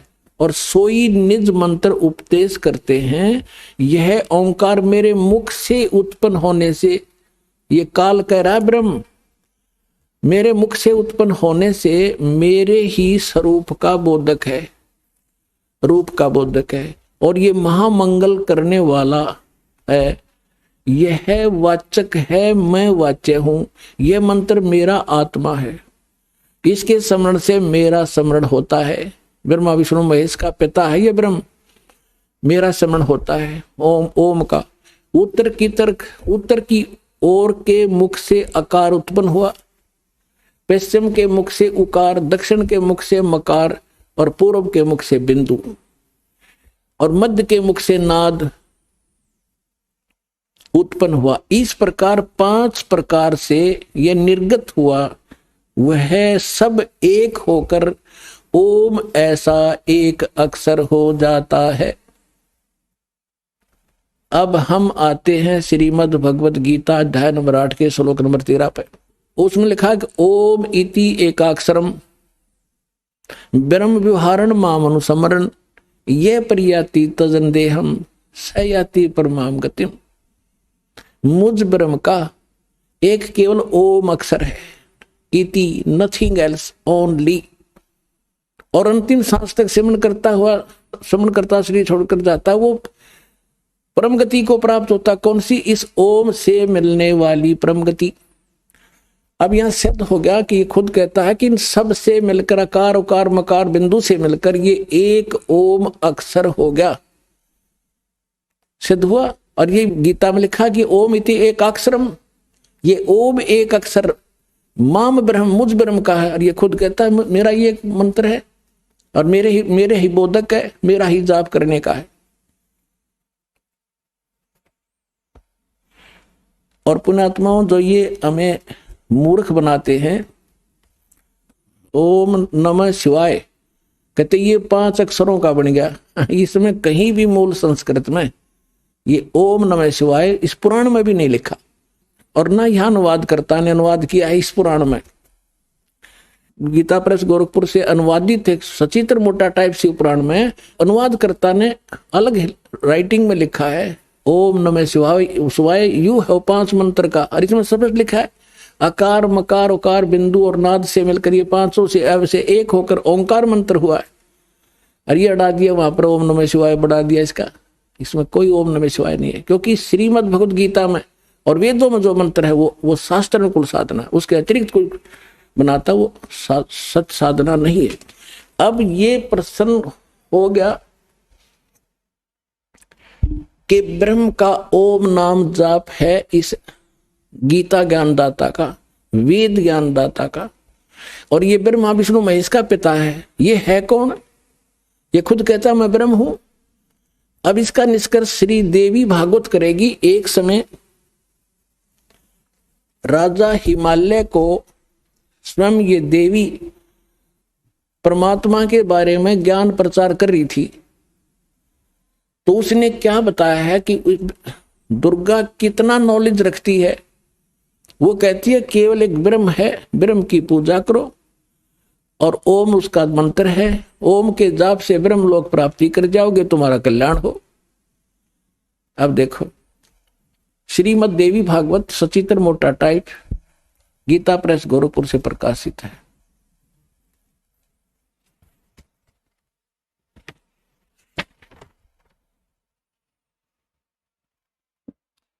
संपादक हनुमान प्रसाद पोदार, चिमनलाल गोस्वामी, और ये यहां से प्रकाशित है और मुद्रित है गीता प्रेस गोरखपुर से। इसके हम 562 पृष्ठ पर आपको ले चलते हैं।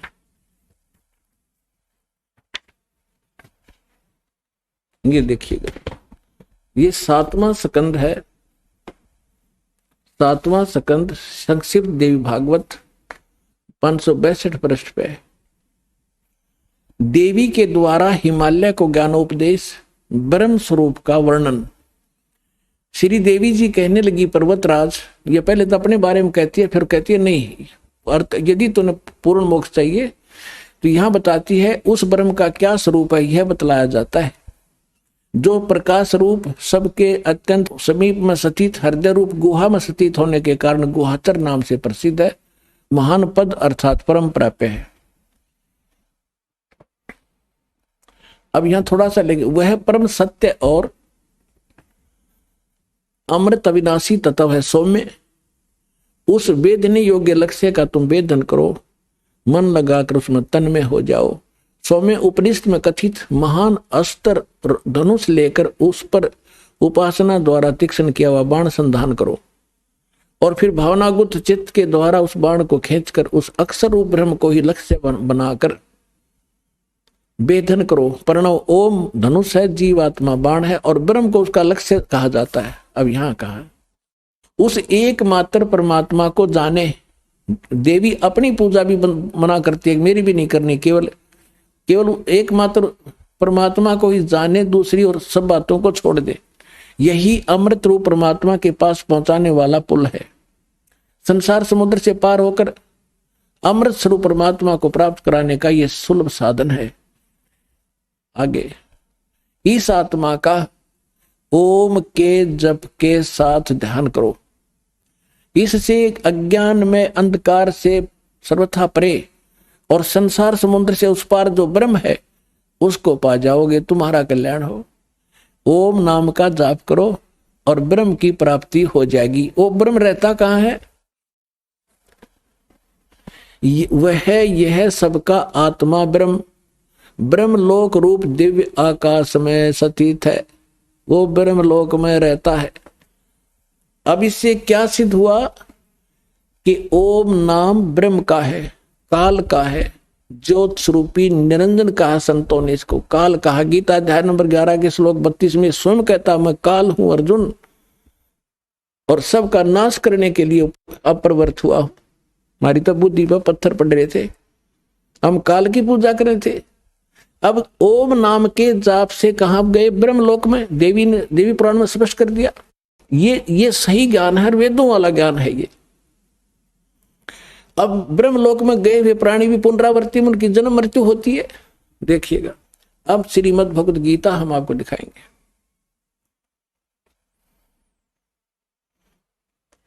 8वें अध्याय का आपको 16वां मंत्र दिखाते हैं। 13वां मंत्र ये देखिएगा, ये है गीता, श्रीमद् भगवद गीता अध्याय नंबर 8 का और श्लोक नंबर 13 नीचे।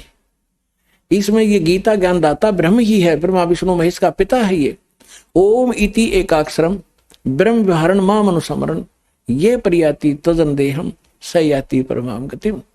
मुझ ब्रह्म का, ये है माम ब्रह्म, मुझ ब्रह्म का।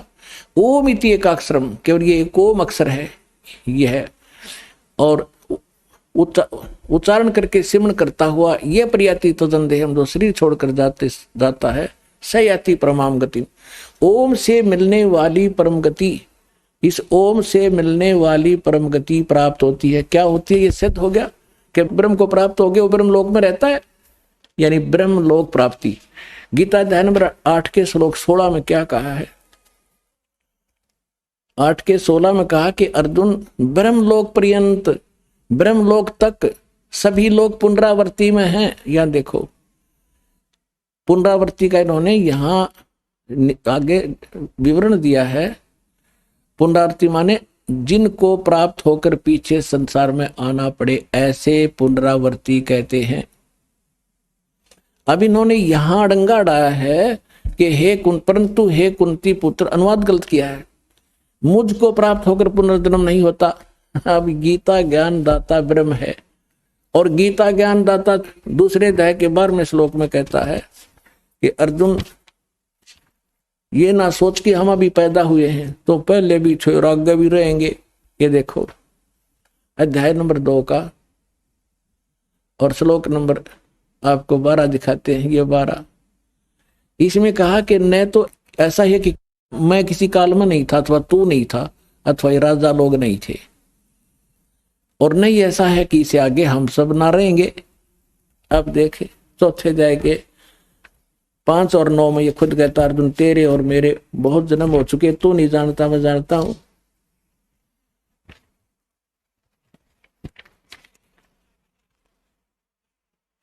ये देखिएगा अध्याय नंबर 4 का और श्लोक नंबर श्रीमद् भगवद गीता श्लोक नंबर 5 में लिखा है, इसका अनुवाद यहां पर है। हे परंतम अर्जुन मेरे और तेरे बहुत से जन्म हो चुके हैं, उन सबको तो नहीं जानता मैं जानता हूं। और 9 में कहा है कि मेरे जन्म और कर्म दिव्य हैं, अलौकिक हैं, यानी जन्म मृत्यु तो है ही। और 10वें अध्याय के दूसरे श्लोक में खुद कहता है कि मेरी उत्पत्ति को, ये खुद कहता है 10वें अध्याय के दूसरे श्लोक में कि मेरी उत्पत्ति को, अर्थात इसकी उत्पत्ति तो हुई है, ये देवता लोग नहीं जानते। ये ब्रह्मा विष्णु महेश इसके पुत्र हैं, ब्रह्मा विष्णु महेश से सारा संसार आगे इस आकार में हम जन्मे हैं। तो ब्रह्मा विष्णु महेश अपने पिता की उत्पत्ति कैसे जानेगा, और कैसे हम जान पाएंगे फिर अपने पिता की उत्पत्ति? तो दादा बतावेगा पिता की उत्पत्ति। तो उस दादा ने आगे बता रखी बाबा ने, कबीर भगवान ने, जो सबका जनक है, इन सब की उत्पत्ति बता रखी है। ये देखिएगा अध्याय नंबर 10 का श्लोक नंबर 2, अध्याय नंबर 10 और श्लोक नंबर 2, इसमें कहा कि मेरी उत्पत्ति को, मेरे प्रभाव में उत्पत्ति को, आगे कुछ भी कहें, न देवता लोग जानते हैं न महर्षि जन जानते, क्योंकि मैं सब प्रकार से देवताओं का और महर्षियों का आदि कारण हूं। ये मेरे से जन्मे हैं, ये देवता और ये महर्षि, ये सभी मुझसे उत्पन्न हुए, ये इनका पिता है। अब इसे सिद्ध हो गया कि इसकी जन्म मृत्यु तो होती ही है, जन्म तो है ही। और ये खुद कहता है मेरे तेरे बहुत से जन्म हो चुके। और यहाँ जो अनुवाद इन्होंने किया 8वें अध्याय के 16वें श्लोक में कि ब्रह्मलोक पर्यंत सभी पुनरावृत्ति में है, परंतु मुझे प्राप्त होकर फिर पुनर्जन्म नहीं होता, ये कोई तुक बना? ये खुद ब्रह्मलोक में रहता है, ब्रह्मलोक में गए प्राणी जन्म मृत्यु मारे, स्पष्ट हो रहा। इसका अर्थ ये है कि अर्जुन जो ये नहीं जानते कि मुझे प्राप्त का भी पुनर्जन्म होता है, वो मूर्ख ब्रह्मलोक की साधना करते हैं, और ब्रह्मलोक में गए हुए प्राणी भी फिर पुनरावृत्ति में होते हैं। इसका अर्थ ये बना है, इन्होंने गलत अनुवाद कर रखा। अब ये स्पष्ट हो गया कि श्रीमद् भगवद गीता और ये चारों पवित्र वेद, ये गॉड गिवन स्पिरिचुअल नॉलेज है, इनका एक जैसा इसके अंदर गुण धर्म है। और जो अन्य पुराण हैं वो वेदों से मेल खाते हैं तो नो प्रॉब्लम, वो तो ज्ञान वेदों वाला है, सही है। और फिर सूक्ष्म वेद इन सब से को मेल करेगा। अब इसमें कंप्लीट नॉलेज नहीं है। जैसे सूक्ष्म वेद के अंदर परमात्मा ने स्पष्ट लिखा हुआ है, जैसे सूक्ष्म वेद में कबीर परमेश्वर जी का एक शब्द है, करने नो दीदार महल में प्यारा है, और इस शब्द को लेकर पूरा राधा स्वामी पंथ अर्दी की गांठ लेकर पंसारी बन गया। और कहते हैं नकल में भी अकल की आवश्यकता होती है। इन्होंने वो मंत्र सेलेक्ट कर लिए इस ग्रंथ से, इस पवित्र अमृतवाणी से, जो 5 काल के जाप है, और जो मूल मंत्र इसके अंदर विद्वान वह छोड़ दिया जो दास आपको देता है। आपको इन राधा स्वामी वालों की ही पुस्तक से दिखाता हूं कि इन्होंने अर्दी की गांठ प्राप्त कर ली भगवान की वाणी से। और गरीबदास साहिब जी को परमात्मा ने यथार्थ ज्ञान दिया। उन्होंने अपनी अमृतवाणी में कहा है कि बेखों के लश्कर फिरे, ये बाणी चोर कठोर, और सतगुरु धाम ना पहुंचेंगे ये 84 के ठोर। परमात्मा की वाणी चुरा कर कबीर साहिब की, और ये उसको अपने हिसाब से गलत सेट करके कहते हैं कभी सतलोक नहीं जा सकते ये, क्योंकि इनके पास कंप्लीट ज्ञान नहीं है। अब देखिएगा, यह है संत मत प्रकाश भाग 1 संत मत भाग प्रकाश एक, और इसके कौन है राइटर? ये हैं बाबा सावण सिंह जी, महाराज सावण सिंह जी। और कहां से ये छपा है? संत मत प्रकाश भाग एक, महाराज सावण सिंह जी, राधा स्वामी सत्संग व्यास। प्रकाशक है जगदीश चंद्र सेठी, सेक्रेटरी राधा स्वामी सत्संग व्यास, डेरा बाबा जयमल सिंह, पंजाब। ये सारे सर्वाधिकार सुरक्षित है। मुद्रक Ajanta offset and packaging limited. इसके देखिएगा,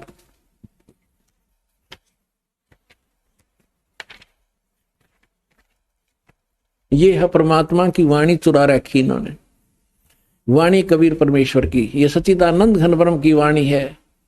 करने नो दीदार महल में प्यारा है, काम क्रोध मद लोभ विसारो, सील संतोष क्षमा सतधारो, मद मांस मिथ्या तज डारो, हो ज्ञान घोड़े असवार भ्रम से न्यारा है। दो तीन नेति बस्ती पाओ, आसन पदम युगत से लाओ, कुंभक कर रेचक करवाओ, पहले मूल सुधार कारज हो सारा है। अब यहां तक तो योगियों का बताया, फिर आगे बताया है कि मूल कमल दल चतुर बखानो और किलियंग, इन्होंने अपना आत्मा, यही तो खेल था दाता का। धर्मदास मेरी लाख दुहाई, ये मूल ज्ञान कहीं बार न जाई, मूल ज्ञान बाहर जो पढ़ी, ये बिचली पीढ़ी हंसनी तरही, मूल ज्ञान तब तक छुपाई, जब लग द्वादश पंथ ना मिट जाई। तो परमात्मा ने यहां क्या है, ये किलियम है और लिख दिया किलियंग। जैसे आगे बताऊंगा उस समय आने पर। अब यहां ये विचलित हो गए, और ये शब्द है किलियम, जो दास आपको उपलब्ध कराता है। देखिएगा, अब ये है, इसका वर्णन है परमात्मा की अमरवाणी में। ये जो चित्र आप देखिएगा, अपने आत्माओं जैसे अब आप बालक नहीं रहने देना दास ने आपको। जैसे पहले कहाँ सत्संग में जाते थे, 5-4 ये बात परमात्मा की वाणी ले लेते या अपने हिसाब से सेटिंग कर लेते, बजले रे भगवान तेरा काम आवेगा, बजले रे भगवान तेरा काम आवेगा, ये गा के 5-4 बात और पाड़ कर लापसी उठ जाया करते थे। अब ये तो हमने पता लग गया कि भगवान एक बहुत ही जरूरी है, हमारे जीवन का मूल उद्देश्य है। और ये भी हमें पता है कि परमात्मा में क्या गुण है। जैसे किसी का रोग है और कोई कह रहा भाई खा ले दवाई रोग कट जाएगा, खा ले दवाई रोग कट जाएगा, ना तो उसने न पता रोग क्या है और ना औषधि का पता। उसने गाय जाओ खा ले रे दवाई रोग कटेगा, खा ले रे दवाई रोग कटेगा। अब हमने पहले ये देखना है रोग क्या है और फिर उसकी औषधि कौन सी है, तो तब हम गीत गाँव चाहे ना गाँव, फिर फांकी लगाओ रोग कट जाएगा। अब सबसे पहले आपको ये विश्वास दिलाया जा रहा है कि कौन सी औषधि है जो इस रोग ने काटेगी। जग सारा रोग रे, जिन सतगुरु वेद न जाण्या, जग सारा रोग रे। भाई जन्म मरण का रोग लगा है या तृष्णा बडरी खांसी, जन्म मरण का रोग लगा है या तृष्णा बडरी खांसी। आवागमन की डोर गले में या पड़ी काल की फांसी, जग सारा रोगिया रे, जिन सतगुरु वेद न जाण्या, जग सारा रोगिया रे। भाई देखा देखी गुरु शिष्य बन गे, किया ना तत्व विचारा, देखा देखी गुरु शिष्य बन गे, किया ना तत्व विचारा। गुरु शिष्य दोनों के सिर पे यू काल ठोके पंजारा, जग सारा रोगियो रे, जिन सतगुरु वेद न जाण्या, जग सारा रोगिया रे। भाई सच्चा सतगुरु कोई न पूजे। परमात्मा कहते सच्चा सतगुरु, ये नकली सतगुरु थे। साचा सतगुरु कोई न पूजे, इन झूठों जगपतियासी। इन झूठों पर विश्वास किए बैठे हैं। साचा सतगुरु कोई न पूजे, इन झूठों जगपतियासी। अंधे की बाँ गई अंधे ने, ये मार्ग कौन बतासी। जग सारा रो गया रे, जिन सतगुरु वेद न जान्या, जग सारा रो गया रे। फिर क्या निष्कर्ष बताते हैं परमात्मा? भाई सार शब्द सर जीवन बूटी, गस गस अंग लगावे। सार शब्द सर जीवन बूटी, गस गस अंग लगावे। कहे कबीर तुम सतकर मानो, ये जन्म मरण मिट जावे। जग सारा रो गया रे, जिन सतगुरु वेद न जान्या, जग सारा रो गया रे। एक सार शब्द है, सार नाम है, वह सरजीवन बूटी है। और उस तय कहे कबीर तुम सतकर मानो, ये जन्म मरण मिट जाए। तो वो जड़ी आज दास के पास है, वो सरजीवन बूटी, वो पूरा complete course all in respect आपके लिए छुपा कर रखा था इस युग के लिए। अब आपको विश्वास दिलाने के लिए कि ताकि आप दृढ़ होकर इस मार्ग पर चलो, कोई बीच में आपकी दिशा ना बदल दे, इसलिए आपको यहां बुलाया जाता है। पुणात्माओं, ये परमात्मा ने किया हुआ सारा खेल है। जीव के सतर का यहाँ कोई काम नहीं है। आप भी देख रहे हो, आपने और भी सत्संग देखे होंगे, वो सतल भी देखे होंगे, वहां कैसी व्यवस्था ये भी खूब जानते, कहीं कहने की आवश्यकता नहीं। अब ज्ञान भी दिखाएंगे आपको। अब ज्ञान देखो क्या है। अब ये जो दास आपको बताने जा रहा है, कबीर परमेश्वर की अमर वाणी से, सच्चिदानंद ब्रह्म की वाणी में धार्मिक अनुष्ठान जो विस्तार से कहे गए हैं, उनमें से एक अंश है ये। देखिएगा, ये है, ये मूल कमल परमात्मा बताने जा रहे हैं। मूल कमल और गणेश देव किलियम जाप, चतुर्थ पंकड़ी, मूल कमल। अब यहां भगवान क्या बता रहे हैं कि मूल कमल दल चतुर बखानो। मूल कमल में 4 पंखड़ी बताऊं, और किलियम जाप लाल रंग मानो। फिर क्या बताते हैं? देव गणेश तह रोप्यो थानो, रोप्या थानो, रिद्धि सिद्धि चवर डुलारा है। फिर स्वाद चक्र सटदल बस्तारो, ब्रह्म सावत्री रूप निहारो, उल्ट नागनी का सिर मारो, तहा शब्दों कारा है। अब ये है स्वाद चक्र, ये है 6 पंखड़ी का स्वाद कमल चक्र, और सावित्री और ब्रह्मा, और इसका ओम जाप है। अब यहां जो देखने की बातें हैं कि ये मंत्र जो हैं ये चाबी हैं, इन कमलों को खोलने के मंत्र हैं, और इन मंत्रों से ये देवता प्रभावित होते हैं, ये अपना ज्यादा आकर्षित होते हैं। जैसे एक जोटा होता भैंसा, उसने भैंसा भैंसा करें जाओ कति नहीं देखे, एक बनो कर दे हुर्र नो देखोगा, तो वो हुर्र उसका मूल मंत्र है, उसके बस की बात नहीं कि टिका रह जा। तो ये मंत्र है, इन देवताओं के मूल मंत्र है, वो हुर्र समझ लो।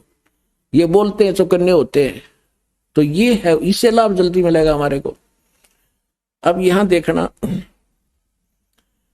अब यहां परमात्मा बता रहे हैं कि स्वाद चक्र सट यानी 6 पंखड़ी का विस्तारो, दल विस्तरों, ब्रह्म सावत्री रूप निहारो, उल्ट नागनी का सिर मारो, ता शब्दों कारा है। फिर क्या कहा है कि नब्बी अष्ट कमल दल साजा, श्वेत सिंहासन विष्णु विराजा, और ता हरियंग जाप तास मुख गाजा, लक्ष्मी शिव आधारा है। अब ये देखिएगा, तीसरा कमल, ये अष्ट कमल, अष्ट पंखड़ी का कमल है, नाभि कमल चक्र है, विष्णु और लक्ष्मी, इसमें ये जाप है, हरियम जाप है। फिर आगे चलिए, द्वादश कमल हृदय के माही, जंग गौर शिव ध्यान लगाई, सोहम शब्द तहां धुन छाई, अर्गण करें जय जयकारा है। अब यहां देखिएगा, ये हृदय कमल में द्वादश पंखड़ी, हृदय कमल में 12 पंखड़ी है, और शिव और पार्वती इसमें का ये, इसका ये जाप है। फिर कंठ कमल में दुर्गा 16 या 16 पंखड़ी का ये कंठ कमल है, इसमें दुर्गा का निवास है और ये इसका जाप है। आगे ये अलग से है ये और अलग। हम सिर्फ इतना लेंगे जितना हमें अब आपको बताना आवश्यक है। अब यहां तक हम आगे कि 12 कमल हृदय के माही जंग गौर शिव ध्यान लगाई, सो हम शब्द तहां दोन छाई गण कर जय जयकारा है। फिर 16 दल कमल कंठ के माही और तहें मद बसे अविद्या बाई या दुर्गा, और हर हर ब्रह्माचवर ढुराई ताश। ये श्रीयंग है, ये रंग लिखा है इन्होंने, यहाँ श्रृंग नाम उचारा है। अब आगे देखो, ये है वो मूल मंत्र। हमारे इन कमलों से हमें बरी करेंगे, इन मंत्रों से हम कमाई करेंगे, साधना करेंगे और इन भगवानों को इनका दे देंगे इन टैक्स, और ये हमें बरी कर देंगे आगे चलने के लिए। अब आगे क्या लिखा है, इन्होंने कहां से ले लिया डंगा। इन्होंने जो मंत्र लिए हैं कौन से ले रखे हैं, कहीं की ईंट कहीं का रोड़ा, और कहते हैं ना राधा स्वामी ये कौन बाजोड़िया, ओंकार निरंकार ज्योत निरंजन और सोहम और सतनाम। बताओ, ओंकार काल का और निरंकार काल का, ज्योत निरंजन काल का, सोम का इन्हें पता ही नहीं ये मंत्र कहां से आया, किसका है, ये देने के अधिकारी भी नहीं है। और सतनाम, सतनाम का इनको पता नहीं, सतनाम है कौन सा, सतनाम 2 अक्षर का मंत्र है। अब यहां इन्होंने इसी परमात्मा की वाणी में आगे ये सारे हैं कि टाकनी का साकनी सब वो करे ऐसे, और आगे ओंकार निरंकार इसके अंदर लिखा हुआ। परमात्मा ने फिर लास्ट में ये बताया है कि ये जो जहां तक हमने इन कमलों से बरी होना है वो मंत्र ये है, बाकी ये काल की व्यवस्था है। ये ज्योत निरंजन निरंकार ओंकार, इनको अलग से जाप नहीं करना, इस विधि से जो सूक्ष्म वेद में लिखा है वो जाप करना। जैसे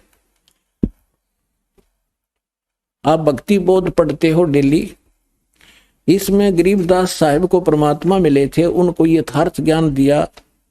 इसमें एक ब्रह्म वेदी है और उस ब्रह्म वेदी के अंदर भी जो का तो गॉड गिवन स्पिरिचुअल नॉलेज है, जो कबीर साहब की वाणी में दास ने आपको पढ़ कर सुना। यह देखिएगा ब्रह्म वेदी, ये भक्ति बोध में आप डेली पढ़ते हो। और यहां ब्रह्म वेदी मूल चक्र गणेश वासा रक्त वर्ण जहां जानिए, और किलियम जाप कुलीन तद सब शब्द हमारा मानिए। समझ गया कि इसका जाप कीजिए। स्वाद चक्र ब्रह्म आदि भाषा जहां सावित्री ब्रह्मा रहे, कति सिंपल करके लिखा है। ओम जाप जप तंसा ज्ञान योग सतगुरु कहे, ना भी कमल में विष्णु विशंबर जहां लक्ष्मी संगवास है। हरियम जाप जपन तंसा जानत बिरला दास है। हृदय कमल महादेव देवम सती पार्वती संग है। सोहम जाप जपन तंसा ज्ञान योग भल रंग है। कंठ कमल में बस अविद्या ज्ञान ध्यान बुद्ध नाश ही। लील चक्र मद काल कर्मम आवदम को फांसी। अब यहां आपको स्पष्ट हो गया कि मूल मंत्र कौन से हैं। अब ये तो सूक्ष्म वेद में लिखा है कि हमने जो यहां तक पहुंचना है, इसके बाद त्रिकुटी पर जाएंगे। फिर त्रिकुटी पर जाने के बाद ये मंत्र 2 अक्षर के मंत्र का काम शुरू होगा। अब जैसे यही राधा स्वामी वालों का एक ग्रंथ है संत मत प्रकाश भाग 4, इसमें आपको दिखाते हैं कि सावण सिंह जी स्वयं कहते हैं सोए गुरु पूरा कहावे और 2 अक्षर का भेद बतावे। हरि ने खुद पता नहीं ये 5 नाम ये काल के जाप करें, और पूरा गुरु वो होगा जो 2 अक्षर का भेद बतावे। तो ये के किसे गुरु थे? नकली। ये देखिएगा, ये है संत मत प्रकाश भाग 4। ये कहां से छपा है? महाराज सावण सिंह जी के विचार हैं ये। सेवा सिंह सेक्रेटरी, राधा स्वामी सत्संग व्यास, डेरा बाबा जयमल सिंह, जिला अमृतसर। ये यहां से छपे हैं। मुद्रक है Sartaj printing press, Tanda road, Joshi stage, Jalandhar. यहाँ 261 पृष्ठ आपको दिखाते हैं। 261 पृष्ठ पे संत मत भाग प्रकाश 4 के इन्होंने ये वाणी है कि उसकी शिवदयाल की, अक्षर रूप निरखती चाली छोड़ दिया अब देश बिगाना, इसके ऊपर अब ये क्या अटकलबाजी कर रहा कि ये संसार सर है, अक्षर है, वो ब्रह्म है। अक्षर तो संसार है, अक्षर वो ब्रह्म है, और नी अक्षर पार ब्रह्म है। ये जब ये संसार बना है तब हम इस महल दुनिया में गुजारा करते आ रहे, किंतु अब गुरु की कृपा से आत्मा इस महल को छोड़कर सतलोक को जा रही है। गुरु ग्रंथ साहिब में बड़े गहरे और गुप्त रहस्य हैं। एक स्थान पर आता है, सावण सिंह जी कह रहे हैं कि एक समय आता है, 52 अक्षर लोक त्रय सब कुछ इनके माही, ये अक्षर खिर जाएंगे वो अक्षर इनमें नाही। आदि गुरु ग्रंथ साहिब के 340 पृष्ठ पर ये वाणी लिखी है गुरु नानक देव जी की। अब ये डिफाइन कर रहा सावण सिंह जी, 52 अक्षर संस्कृत भाषा के हैं, शायद ही कोई ऐसी भाषा होगी जिसके 52 अक्षर हों। इस संसार का सारा मामला 52 अक्षरों में आ जाता है, पिंड अंड का हाल तो 52 अक्षरों में आ जाता है। आगे 2 अक्षर और हैं जो पार ब्रह्म है, और इसके विषय में ग्रंथ साहिब में लिखा है, सोई गुरु पूरा कहावे 2 अक्षर का भेद बतावे, एक छुड़ावे एक लखावे तो प्राणी निज घर को पावे। फिर कहते हैं, जे तू पढ़ा पंडित बिंदु अक्षर बिंदु नावा, परमत नानक एक लंघाए जे कर सत समावा। ये गुरु ग्रंथ साहिब के इस पृष्ठ पे। फिर यदि तू गुणी हो ज्ञानी हो तो वे अक्षर बताओ। अब सावण सिंह जी डामाडोल आपस प्रश्न कर रहा है कि वो अक्षर बताओ कौन से हैं। फिर ने कहा आगे जाकर पाओगे पार ब्रह्म, मरे पाछे पाओगे वे। देखो, यदि तुम गुणी हो ज्ञानी हो वो अक्षर बताओ। आप बताओ वे अक्षर पार ब्रह्म हैं। एक अक्षर ने तो दुनिया बनाई और एक ने सतलोक बनाया। और यही कबीर साहब कहते हैं, सावण सिंह जी कह रहे हैं, कबीर साहब की वाणी लिखी है गुरु ग्रंथ साहिब के इस पृष्ठ पर अंकित है परमात्मा की वाणी। उसमें से लेकर क्या लिखा है, कहे कबीर अक्षर 2 भाख और होगा खसम तलेगा राख। लेकिन बुद्धि व पत्थर पड़ रहा था। कबीर साहब की वाणी ले रहे हैं और आप कह रहे हैं वो अक्षर मिलेंगे पार ब्रह्म जाके। और कबीर साहब कहते हैं, कहे कबीर अक्षर 2 भाख, भाख माने बोल, इनका जाप कर इन 2 अक्षर का। और